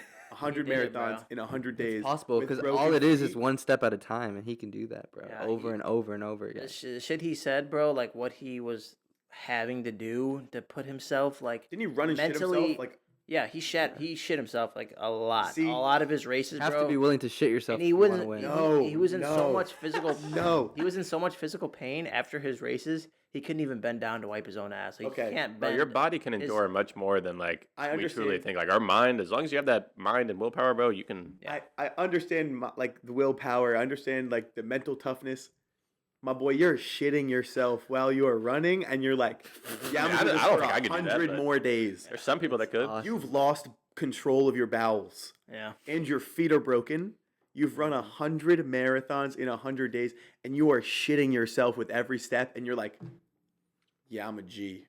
Who Like, else is gonna bro. do that? Someone's got to do it. No, nobody should do it, is what I'm saying. Like, there's only so far that you should go. Anything after that is just fucking excessive. Like, bro, you've shit yourself 100 days in a row. Like, Yeah. that it's a Guinness Book of World Records by itself. Like, Exactly. he's Like who's setting gonna do records, that? bro, Like, running self-purifications Like, in a day. He can walk into a room and say, "I've shit myself running 100 miles with broken feet. What have you done?" Exactly.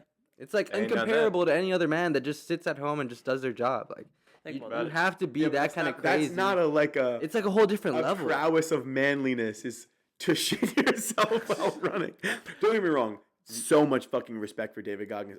But I think that he is so fucking insane, and the things that I hear about him are so insane that they can't be real. Like he sounds like a fictional character. Like Yeah. what's it called? Sound like a comic book guy. No, it just sounds like what's that movie Revenant where he like fucking kills the bear and like Oh yeah. like that, The Revenant Yeah, or whatever. yeah, It that's a sounds really like good that level of like, Oh, yeah, there's like no some way s- this shit is fucking real. Yeah. But like instead of doing that once, which like The Revenant's like based on a true story, doing it once, he's done it 100 times. I'm like, oh boy, no, you fuck, you're insane. You're Okay, fucking that is pretty sick. crazy. Dude, Marco, You're he's sick. He's him. But he's him though. But Anyways, yeah, Marco, back to the hobbies. What do you do outside of the what do you- gym, bro? what do you- I'm not gonna lie to you, dude. Or is there much? I'm really not gonna lie to you. I used to have hobbies and shit, but I work so much now. I don't have an editor or videographer anymore, so all of my workload is on me, whether it's recording or editing or just planning out things that I have to do and business meetings and stuff. Because I am very much on the business side of things as well.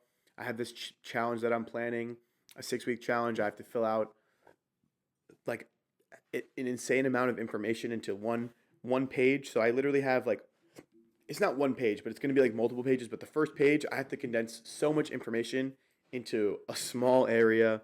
I have to make numerous amounts of Google Docs and spreadsheets and plans and nutrition guides. So like right now, all my time and energy is going towards that. I used to love going to pawn shops and like negotiating for shoes and like just getting a steal. Like I've had days I where could I've see you bought on shoes. Pawn Stars. That I could see you on the show, Pawn I would Stars. fucking love that. I swear to It'd God. be It's like him dope. showing up with shoes like signed by Michael Jordan and some One shit. And they had day- like bringing a guy to check it out. One day I bought 28 pairs of shoes for $270.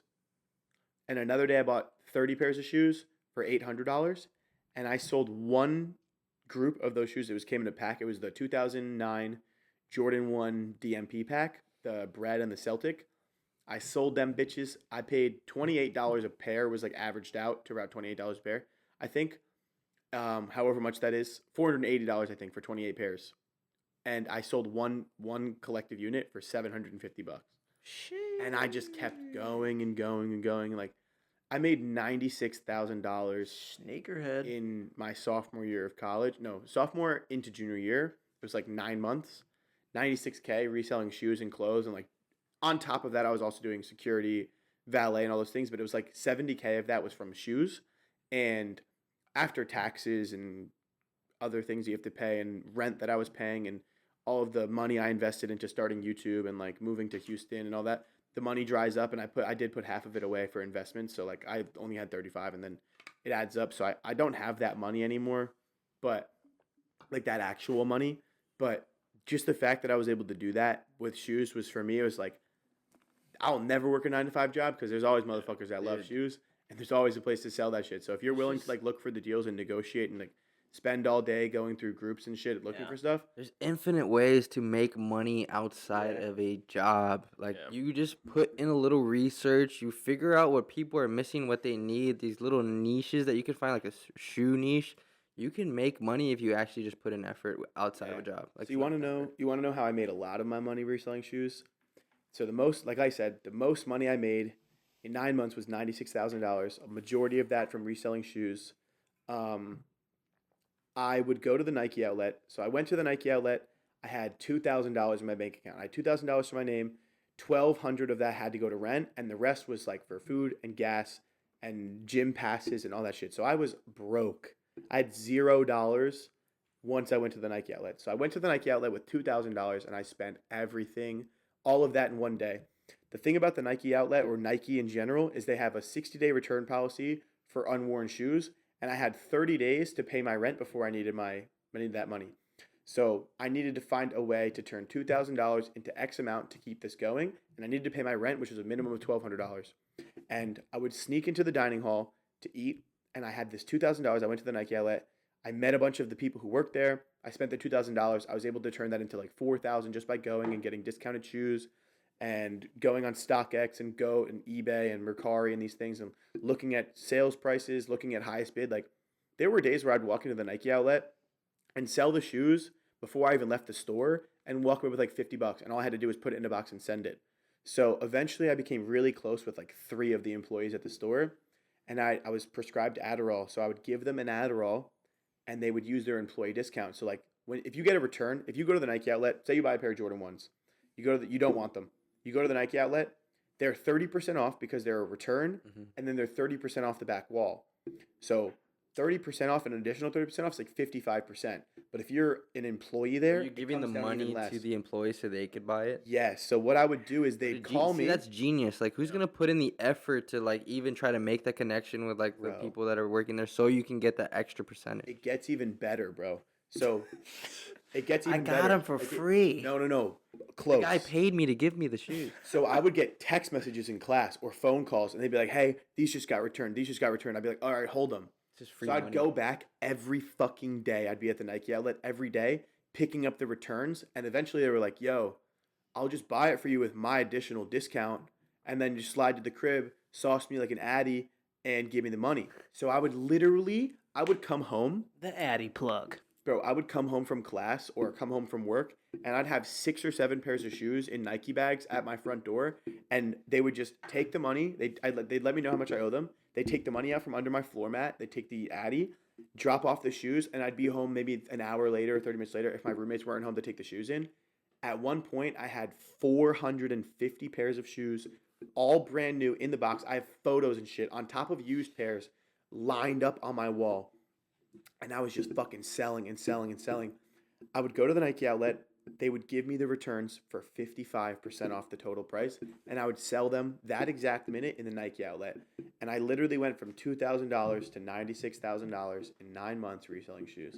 And I remember Same, one bro. day, my biggest payday ever was like $8,500 in profit.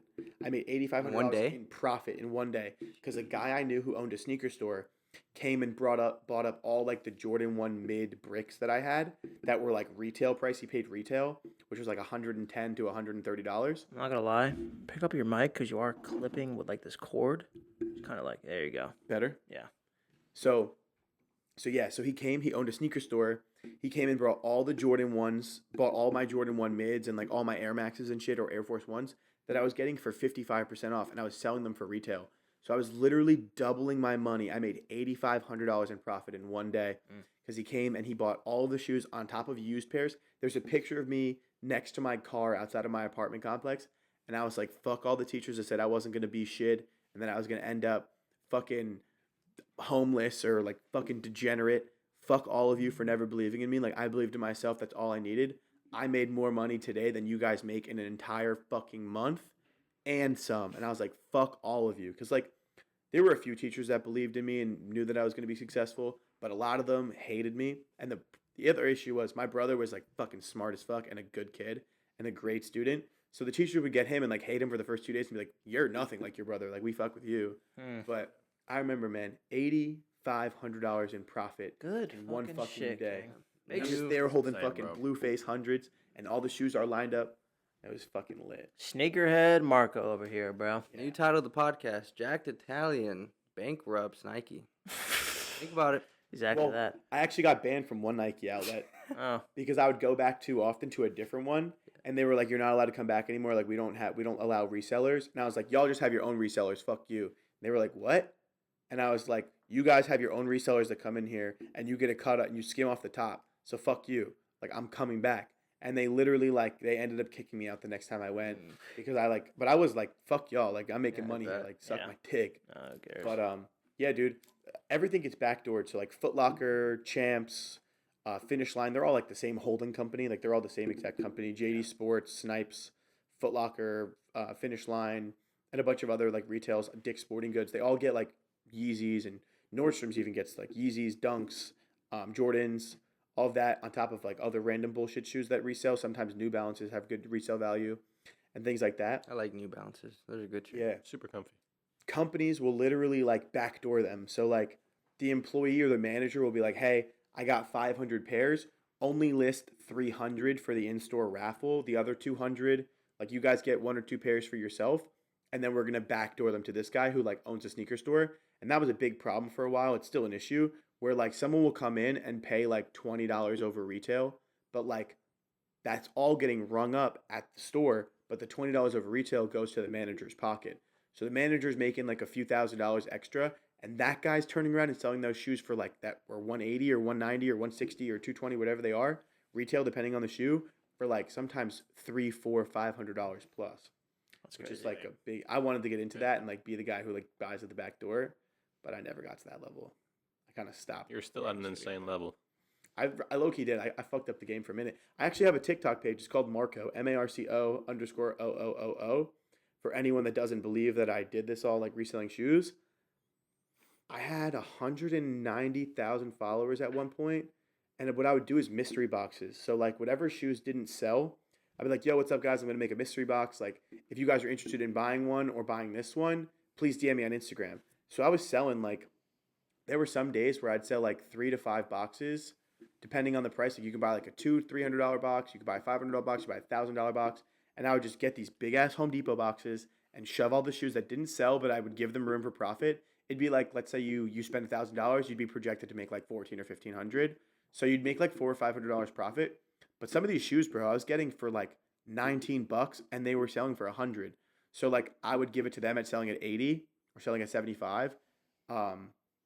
So they'd get an extra $20 to $25 profit per shoe. I was making like 60. So I was just like racking in cash for a little bit. Sheesh. It was like, if I didn't do fitness stuff, my dream is to open a shoe store. And also I would love to be able to open a gym one day that has a sneaker store in it, like a sneaker store, a barber dope. shop, That'd be dope, bro. fucking sick equipment, like small though. I don't want it to be a massive gym where it's like, for example, Alphaland is so large you get lost there. Right. I want it to be like solely for like just wavy ass people. Like low key, it could even be like a private gym where Like personal a trainers homey they rent. gym. Yeah. Yeah. Yeah, Feels but like like home. futuristic. There's this place called Concept Gym in Arizona. It's in Tempe or Phoenix. It's a CNCPT Concept. If you look it up, they have like neon lights like this, but they're like fucking huge on the wall. They have like maybe 50 pieces of total equipment, and that's it. And it's like a really cool vibe. They like pull their cars in there, and like you can That's work sick, out at night sick. with just LED lights on. It's pretty fucking cool. I want to do Sounds like something a like vibe. that. With like a shoe store and clothing store. Hey, bro, would we be allowed in your gym? Think we could pass? They would, but you were fat at one point, so I can't let you in. I'm kidding, bro. Yeah, of course. I appreciate that, bro. Going back to the fitness realm, we're gonna kind of reel it back in. Now you're on prep. Does that mean we got a show coming up for Marco? Tell the people what's going on with you right Prep now. lifestyle on the way. Huh? So last year I was on prep, and I was 5 weeks out, like in Mexico, on Arizona State spring break. So I was like, Arizona State's having a spring break, like in Cabo, I should go. And Josh was like, go, like we should go. So I went with Josh to his like technical spring break because all of his homies like were still in school there. And so I went to spring break. I was 5 weeks out, got drunk and binge ate, and that kind of was like, I was like, I'm not in the right headspace to do a prep. I was like, this isn't for me. I'm not a bodybuilder. I'm doing this for all the wrong reasons. Like I backed out. This year, and I had no coach. I coached myself. I was eating like 2,800 calories, 5 weeks out, doing like 40 minutes of cardio a few days a week. So like I was in a good place, and I was fucking diced. Like I was probably like 6-7% body fat, no doubt. Like I could have stepped on stage at the body fat percentage I was at and done well. So this year, and I had no coach. So this year, Kyle is nice enough to coach me. He's really helping me stay on track. He's motivating me. He's more of a mentor, and also just like, hey, just because you don't see results today doesn't mean you're not doing something right. Just because you don't see results tomorrow doesn't mean you did something wrong the day before. Right. Just the process. Trust You the have to put process. your faith in me. Absolutely. The compounds don't make the difference. Your diet and your training makes the difference. Just because one person's taking one cycle doesn't mean you have to do the exact same thing. And he's just a great coach, and he's very motivating. My show will most likely be in the last week of April or the first week of May. And then I'd like to do a second show after, depending on how I do my first one. Like if I do great and I win my first show, I'd love to do a second one right after. But if I don't do as well as I want in my first show, I'd love to be able to come in better the next one and win the next one. Men's That'd physique. be awesome, bro. Men's physique and classic. I'm gonna do Let's both. go. Hell yeah. I'm gonna compete Hell in yeah, bro. 9 categories, I think, because it's true novice, and open Fuck for yeah. each This class. will be your first show ever. Yeah, I've never done a bodybuilding show in my Hell life. yeah, dude. So it's gonna be Exciting. like men's physique, novice, true novice, and like open, like Yeah. the overall for my class and whatever. And then like the overall of all classes, and it's gonna be classic, the same thing, and open bodybuilding, the same thing. I might as well just try open bodybuilding, unless I'm having a small dick day. If I'm having a small dick day, I'm not doing open, because like you know what I mean. I don't want to be up there in a mankini and be like, wow, it's extra cool today. Yeah. And then if I'm having like a nice meat package day, then I'm You're gonna for have to sure run gonna be it. like I'm gonna have to run it. You're gonna Like have put the to. balls to one side and put the meat to the other, and Yeah. just like let it Show rock off. out. That's on a stage. life hack. If anyone didn't know, put the balls to one side and then the meat to the Works other. like a charm. So Yeah, I haven't tried that one yet, but yeah, you should try it, bro. I like to have it all as one, but Like one unit. one unit.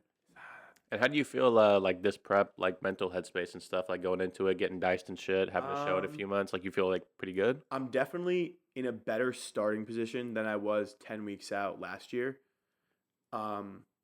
Mentally, especially having a coach helps way more, Yeah. and I'm very motivated to do well and win, and that's what I want. Obviously, why the fuck would you do something if you're gonna lose? Like, exactly. Absolutely. you're okay, yeah, bro. Going into something, admitting that okay, I'm not gonna win, is like, yeah, I'm a fucking loser, and I'm cool with that. Like, don't shoot to lose. Like, shoot to Yeah. win that shit. And if you don't do as well as you want, you don't win, bro. Do that shit again until you win. Like, don't just be Absolutely. like, oh, okay, I'm cool with being a fucking loser. But besides the point, like, I know losing is not an option. Kyle will not let me lose, and if I put my faith in Kyle, I know that I'll win. And I'm just excited. I'm excited to be on prep. I'm excited to like push myself and see what I Awesome. can accomplish and how I can look.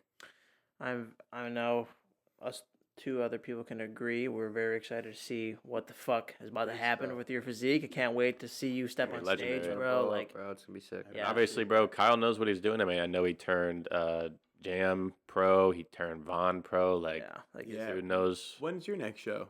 I'm hoping to do one. So I'm gonna finish my bulk in probably like May, like the first week in May. I hope to tap out at like 230. I'm like 215 right now, and then I'd probably give myself like 16 weeks to prep. So maybe like end of August, maybe September. Are you gonna try to hold that 230 for a couple months and like I'm gonna try allow your to. body to kind of settle at that weight? I'm gonna try to hold it for at least like probably 3-4 weeks, like minimum. gonna Like say- just to maintain it. And even like I could clean it up a little bit, like even get like a slightly leaner 230 than my first initial push at 230. Yeah.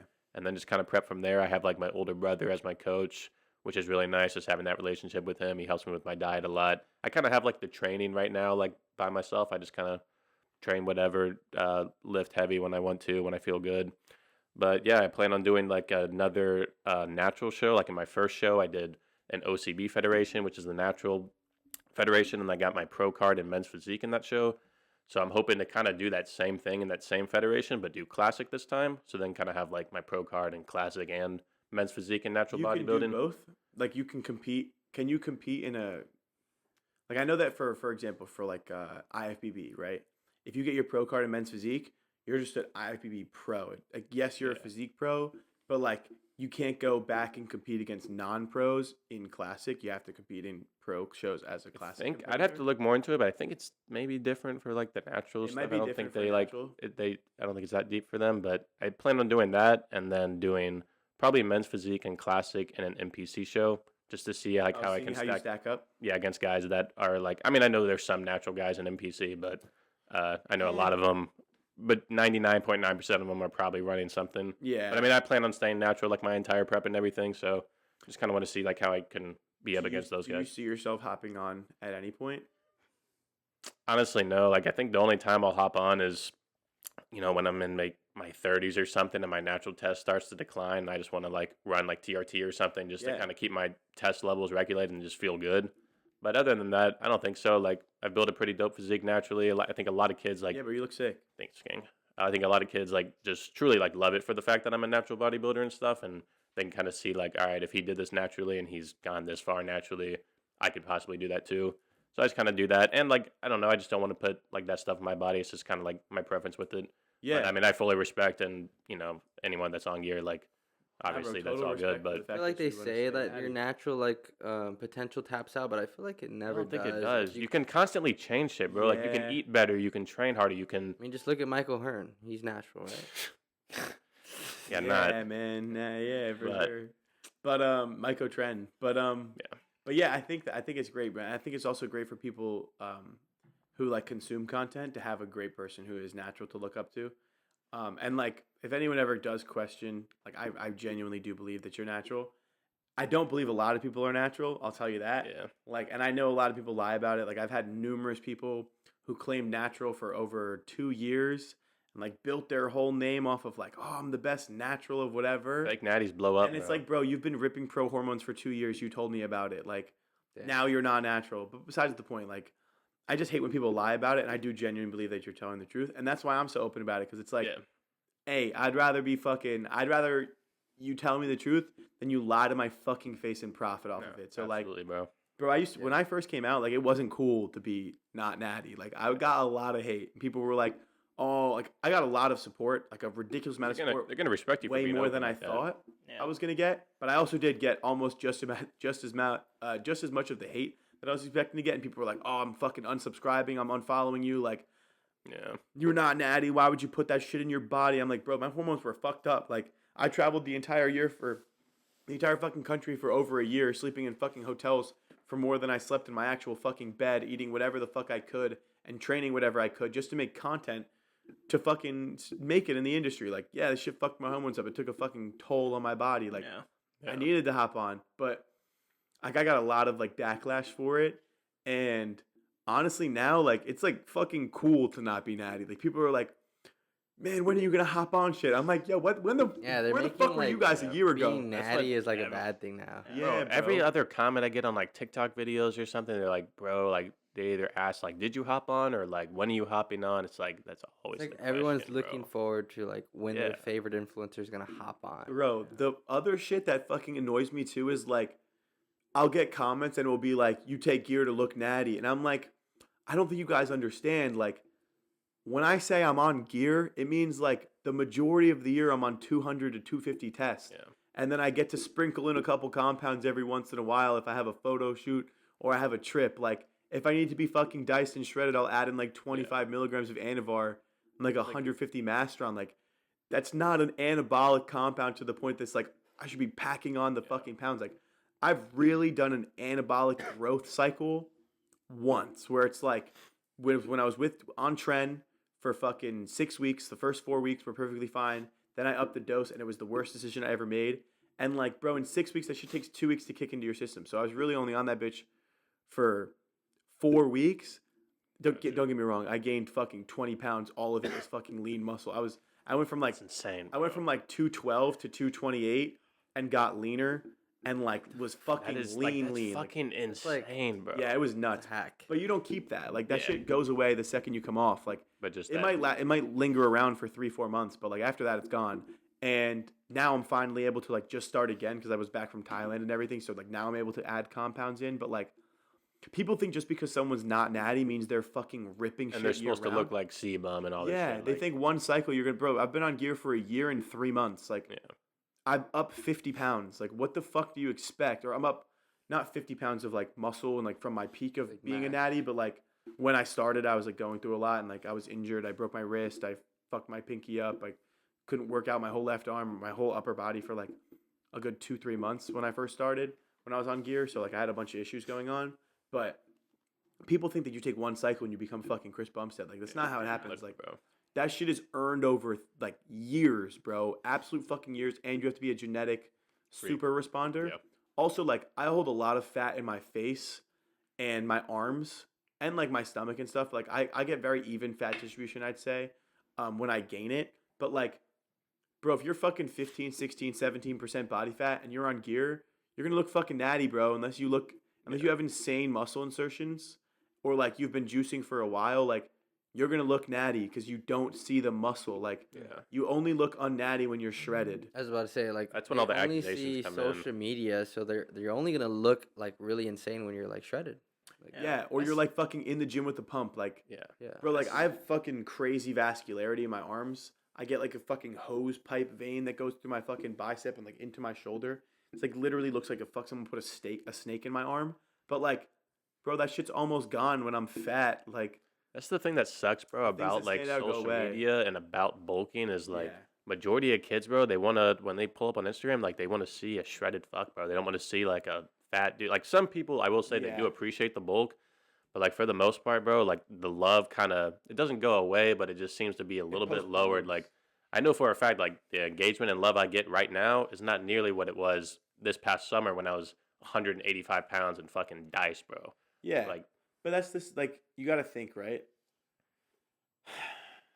Although it sucks to get like a lack of engagement when you're bulked or you're not as aesthetic as you are when people want to look at you more, like, that's when you find out who the real ones are and who still yeah. really fucks with you. Because, like, big time. bro, when I'm not fucking shredded and I'm pulling in less YouTube views or less Instagram comments and likes and shit, like, I know the ones who still fuck with that shit are the ones that are really the real. No, Like, they're absolutely, bro. those are the fucking OGs. Yeah, And for real. They're legends, bro. Like we wouldn't Yeah. be anywhere without them. exactly, like, They're the like, real ones. the best is like when they're like, "Yo, Marco, like, we don't watch you because you're fucking physique. Like, we watch you because you're funny as fuck." Like, Yeah, they watch you for you. those You're comments authentic. are significantly better than like, Yeah, "Damn, bro, you have an 8-pack." Like, I can count. I can't read, but I can count. Oh shit, I fucked it up again. OCD. My eyes got really bad OCD, bro. My bad. It's all good, King. What's your favorite color? Orange. Well- I'm actually colorblind. It's one of the only colors. Don't I worry, can bro. see. We're gonna go Oh. ahead and 3, orange 2. vibes on the way. change the whole podcast to an orange light for you, Marco. I legit like I'm colorblind. I'm red-green colorblind. I don't know, maybe. So it's like what's it called? Red-green colorblind means you get like navy blue, black, purple, like lighter shades of black and darker shades of like blue and purple. Those all mixed up. Like red and green are mixed up. So like they look exactly the same to me. Driving at like a stoplight, like I know like the placement, not like the color. Wait, so what color is this to you? Honestly, I'm not 100% sure. Orange is that. I know orange. That looks like a different color to me. Maybe reddish, green. It's red. Wait, what color is that ball? I'm not gonna lie, my boy. They're the same color? I'm not the exact same, but they look very similar. Wow, That's very interesting. We're Different living in shades, different worlds. shades, but That's same crazy. base color. Really? Yeah, it's weird, bro. Huh. Colorblind Marco. Beautiful, bro.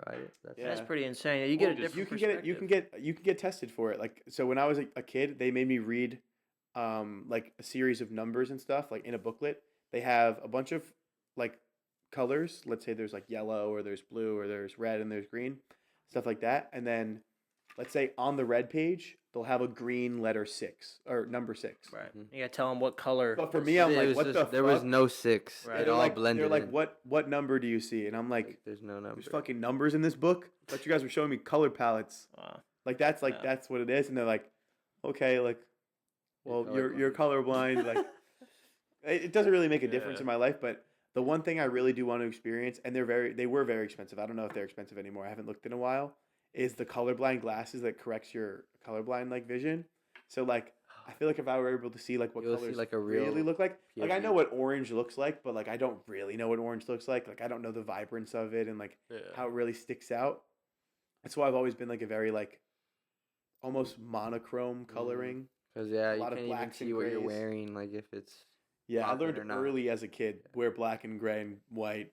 Yeah, you can't go wrong. But I would love to see what real colors like really look like. I feel like that would be like You'll definitely experience that soon, bro. kind of like a gonna happen. euphoric feeling. Like when you pee and you yeah. have to pee so bad and Yeah. Colors just bring out Be like me with euphoria, bro. That's colors. why we got a bunch of colors in here. It's just super aesthetic. Yeah, you gotta bring out the colors, bro. Always like to have the good vibes going. Yeah. facts. Marco, we're gonna take this time now and just talk really quickly about we got Vision Subs with the owner of Vision right to my left. So I also do Congrats. supplements as I kind know. of like you, but I got Congratulations, my own bro. company, VZN. But yeah, VZN, it's coming up. We got some new pre-workout coming. We got some new creatine, same thing that you guys saw on the last podcast. And go ahead and try out the pump caps if you haven't already. These are the best things. We took like 4 today on our SARM day and I had like Yeah. the best pump just off of the pump caps. So go ahead and try those out if you haven't already. That's Go ahead and use code Stheticboys for this podcast. Go ahead, support the boys. Also, Stheticboys, we had that last Samurai drop that's sold out literally in like 2.5 days. We got a new drop coming. I know we teased it about the last one, so just stay tuned for that. But Marco, we're gonna get into this is the last little topic, and we're gonna have some fun with it, and Okay, then we'll bet. kind of wrap it up.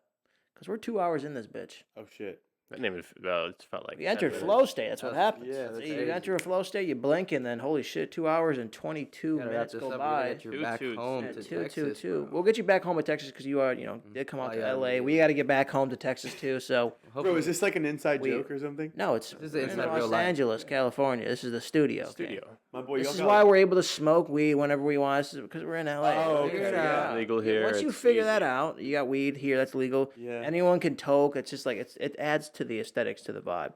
But yeah, the studio out here in LA, it is beautiful. But anyways, Harnessing all the power. how's that thing over there? How's that non-colorful thing over there? I can kind of feel it. Can you know? Energy's real, bro. I can hear it. Bro, like if you don't even touch it, it'll sense your energy right before. You know? Anyone back at home that's not watching on YouTube, be sure to go tune in on YouTube because, like I said, we appreciate you guys if you were tuning in on Spotify, Apple Music, but we're telling you, YouTube is where it's at. You gotta have the full. And aliens. Let it out during Clinton trials and. You trust the FBI? I think that we all have alien DNA in us.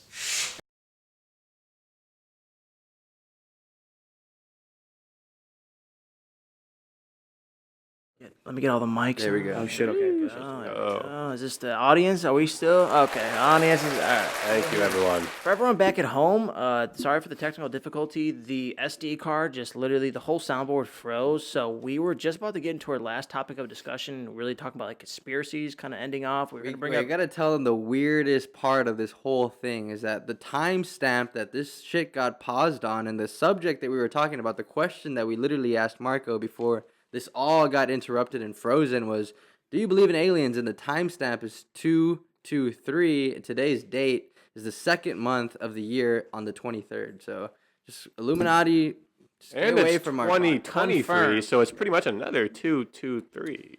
Yeah, and the other weird shit was like Justin literally goes, "Yo, Marco, do you believe in aliens?" And as I go on a fucking conspiracy rant, the whole thing just freezes. Whole thing. That's So if you guys want to see part 2 of that, Yeah. tune into part Ultimate 2 of the podcast. Comment conspiracy. down below if he Conspiracies. should come back and we should just do a full-on conspiracy podcast. I would about- do that. Talk I'd Talk be about so aliens, down. fucking government, like everything, bro. Yeah. Everything we We possibly know a lot can. about that. I'm sure you know a Yeah. lot that you didn't want to disclose. Yeah, We can no. dive deep, bro. Yeah, we'll like dive, super we'll dive deep. deep, even like out of the podcast and what we like want to talk about and shit Oh, like that. What duh. we can talk about and everything like that. But like, Odds are, yeah. Comment down below if you want this run back, like ASAP on conspiracies. We'll get it. Yeah, for you I'm guys. down to do another think episode. about sick. now. Think about this. Episode 2. Does the Jack Italian believe in aliens? I mean, yes, the answer is yes, but we'll go into depth. You, everyone back at home, be sure Alright. to like this video. Be sure to comment what you want to see for the next, who you want to see maybe in the next guest, or what you want to see what you want to see us talk about. Any questions? Comment below. We'll do an outro. Marco, thanks again for coming on the Aesthetic Boys podcast. You're a legend, bro. We Thank you for coming, appreciate I brother. it. do appreciate you guys inviting me on. Like it's been a while since I was like, fuck yeah, this is a great podcast. I enjoyed being on it. You know, it's like Yeah. sometimes like I'll do podcasts and I'm like, okay, that was fun. Like that was Yeah. nice. But this one I was like, Fuck yeah, it's an experience. fuck yeah. And then when we almost lost it, I was like, Yeah, bro. It's heartbreaking Yeah, for a second, but Yeah. I was like, Had faith. fuck, Bro, bro. there's no chance, bro. That really just happened. but- Exactly. now it's just G-Man. gonna lead up for another one. Hey, everyone, comment down below WG Man because he just salvaged and saved this entire W- podcast. Yeah, bro, for real. I appreciate that so You're a much. That's so king. sick. Because I'm gonna watch this shit back like while I take a shit or do cardio You know, or both yeah. at the Like, same G-Man, time. you're an Like absolute David legend. Goggins. You gotta Stay stay hard. hard, bro. Stay fucking hard. I'm gonna go home and be real hard. Yeah, you are. Whoa. Whoa. But All right. Tell them where they can find you, Marco. What's your ads? it's just Marco period Marco period Spasiano Spasiano on Snapchat, Instagram, and TikTok, Facebook too, and then YouTube is Jack Italian. I want to change it to Marco Spasiano, but I feel like Jack Italian's kind of iconic at this point. It is iconic, For bro. me. Iconic. You can't change But it. like, I do want to kind of debrand myself from just that, and I could kind of be Marco again. Because sometimes people be thinking my name is Jack. Like Bro, I Jack called you E. that. I was like, "Is Jack coming over today?" And I was like, "Wait, that's his Instagram. I don't know why Bro, I called yeah, you that." and Bro. It's then- Marco. People like what's it called? Other times, like I feel like in order for me to grow a brand, sometimes it's a little bit better to have just my name and be associated more a little bit more maturely. Yeah. Although like Jack the Town will always be like what I am and who I am and what I go by and Everyone's stuff like always that. going to remember that regardless. Yeah, but social media wise, I kind of want to do a little bit more of just like Marco, and then I have a clothing company of my own that I want to build up, and some other business ideas and shit that I want to get rolling. I feel like it's better to be Marco than branded under like Jack the Italian. Fuck yeah. Smart move, bro. Beautiful. Yeah, That'd I be feel like awesome. a little more diverse. Well, I don't know if I remember saying this before the SD card stopped working, but to anyone back at home, I'm sure you've learned a thing or two about your story. I appreciate you telling everyone your story. I appreciate you. We all learned something about you now. So like, I feel like Justice was saying, I feel like I kind of know you better. So Yeah. I appreciate you coming on here and being Beautiful story, getting bro. deep with us and really Thank talking you, about some guys. like real fucking shit, bro. Because like, And really Now- opening it up, bro. yeah, not a lot of people have balls to really tell Yeah. people like what the fuck they really came from and how, we're- Appreciate you keeping it real, bro. Yeah, no. Yeah, for bro, real. all the time. I Always feel keeping like it real. people who, if you fake shit, it's very easy to tell. Yeah. And it's Yeah. also like, that shit's gonna bite you in the ass, bro. Like down the line, like It's always gonna come. imagine if I came on here and I was like, yeah, man, like I had $2 in my bank account. Now I got 2 mil, and I was about to go to prison. Like you start making up random fucking Right, bullshit yeah. stories, or like, oh yeah, my uncle's Theo Vaughn. If I was like that, instead of just being like Theo Vaughn's the funniest person I've ever fucking seen Yeah. in my entire life. Like if I was like, yeah, man, like I'm related to him. Like that's so easy to just be like, bro, what the fuck are you talking about? But if you're yourself and you're like unapologetically and authentically yourself, Yeah. like even people that don't fuck with you, like You can see they it. don't fuck with you. At least they're not fucking with someone that you're pretending to be, and they still don't Exactly, fuck with bro. it. Because people will pretend to be someone, and then now they're like forever that. stuck there because they're friends and think that they're that person, but Yeah. they're not. If you gotta act bro, you can only keep up an act for so long, and then Yeah. you burn yourself out. Literally, you have to be you. Be you. Simple as that. Marco, we got to get you back here for episode 2 where we talk about conspiracy theories. We I'm talk so about down. everything, what aliens, Bigfoot, you fucking name it. We're probably going to talk about it with the one and only I'm down. Jack the Talent. We gotta run that shit back. Marco. That'd be legendary, bro. That'd be dope. Biden's a Conspiracy clone, by the way. podcast. I'm down. Conspiracy podcast. Biden is a clone. Biden is a clone. Look at his ears. And We're gonna- everything we're else gonna- about his face. We're going to lead you on that And note. about Ladies and gentlemen. I'm gonna stay. There's so much more. Marco, patience. Your time will come. Don't worry. This podcast Oh, of conspiracies, it's going to be coming here very, Yeah. very soon. Ladies and gentlemen, I'm your host, as always, Justin Martini. This is the Stheticboys podcast. The other host to my right, Rise your fit. Thank you truly to everyone who watched this. and the other host to my left. Just for justice, thank you to all who stayed and watched to the very end. God bless you and have a great night. Marco, one more time. We got to give it up for the legend. I appreciate you guys a lot. This is a great podcast, and I'm excited for part 2. Hey, I get Much you. love, brother. Guys, until next time, we'll catch you. Peace.